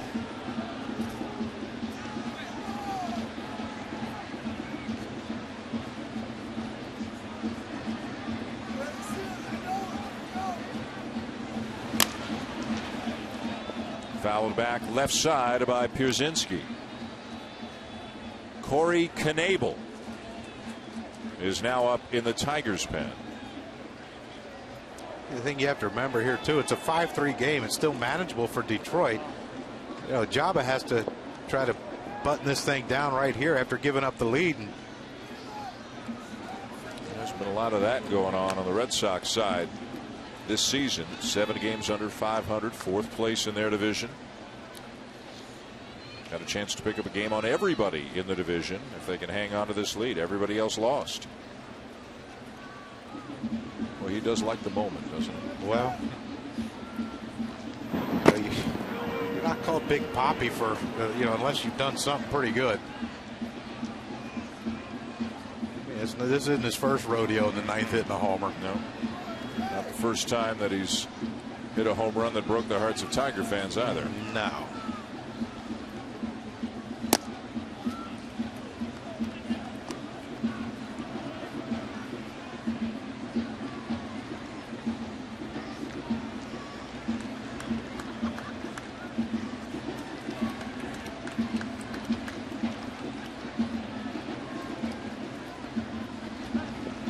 Another throw over.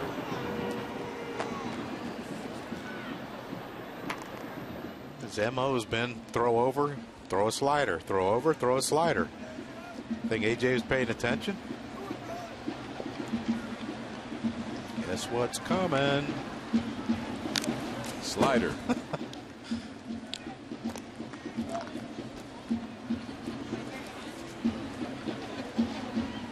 maybe he's a hitter you just can't convince yourself to look for. Like, he can't do this every time. In the 9th inning of games this year, Crookie, the Tigers have been outscored 46-23. They've given up 46 runs in the 9th inning this year. There's a bouncing ball to second. That's one. That's two. But David Ortiz launched one. A 3-run home run off Jabba Chamberlain. And the Red Sox take the lead to the bottom of the 9th. Up 5-3 here in Detroit.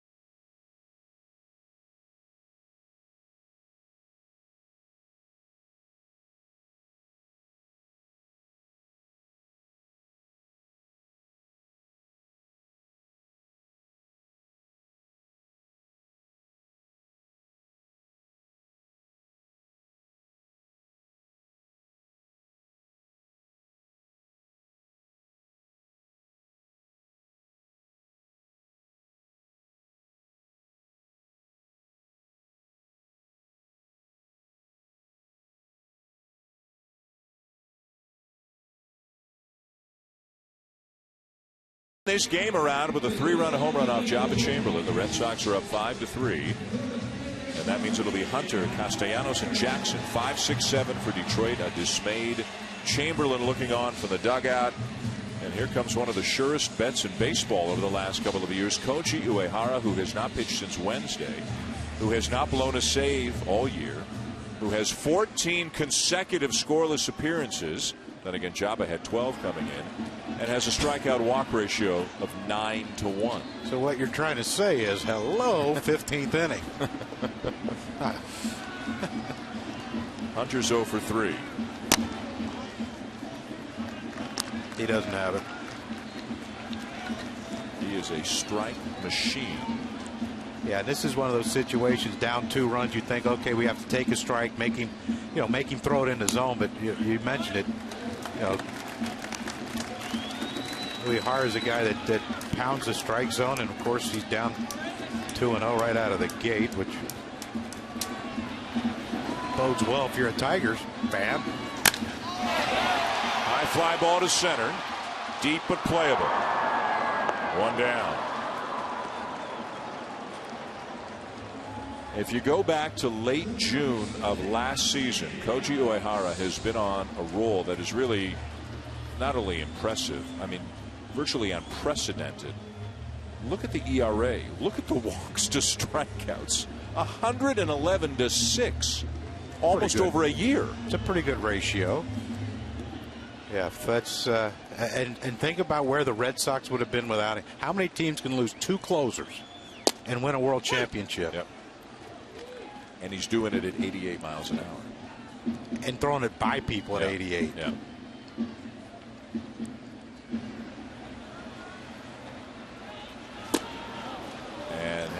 That helps. Yeah. The old equalizer. Yeah. But you see what he did, though. He got behind Torrey 2-0 with 2 fastballs. He threw him another one 2-0. Okay, if you hit it 9 miles, it's 2-1, or it's a 1-run game. We still have a lead. But I'm not going to walk you. And he made him hit it to the deepest part of the field, where their best outfielder plays. Just an intelligent man to figure all that out in one pitch. How about John Lackey hanging around long enough to maybe get a win after everything that happened tonight? And drops low, 2-2.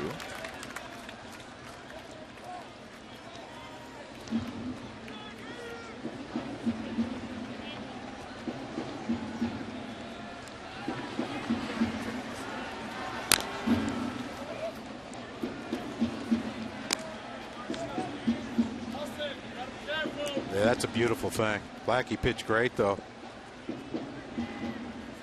Minimize his pitch count. Tigers were aggressive early in the count on him. Gets through 8 innings. Looks like they drew it up. 8 innings. Poppy hits a 3-run homer. And Uehara comes in and hopefully shuts the door. Great play by Bogaerts. 2 down.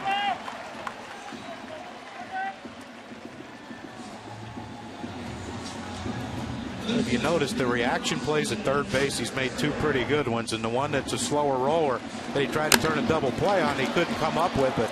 Yeah, there's just nothing. The only way you catch that's with athleticism. This guy ain't been out there since Wednesday. He got excited, and he should. So deep fly to center, a hard hit ground ball to third. That's 2 outs. And here's Austin Jackson. 1 week from tonight will be at Turner Field in Atlanta. The Braves hosting the Angels next week on Sunday Night Baseball.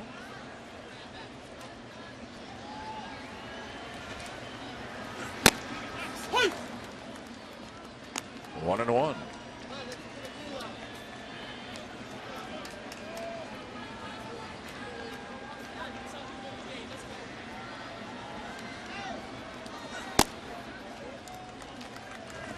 Many guys, I'm sure you can hear it. We hear it. He's grunting at 88. Yeah. Now no one grunted at 100. Koji's fired up there at 88 with the grunt. And the ball game is over. A screaming liner down to third. Bogaerts with another good play. And the Red Sox come back and stun the Tigers 5-3. Uehara the save, Lackey the win, and David Ortiz with yet another big hit for the Red Sox. A 3-run home run off Jabba Chamberlain in the 9th inning as Boston salvages the final game of the series with a 5-3 win.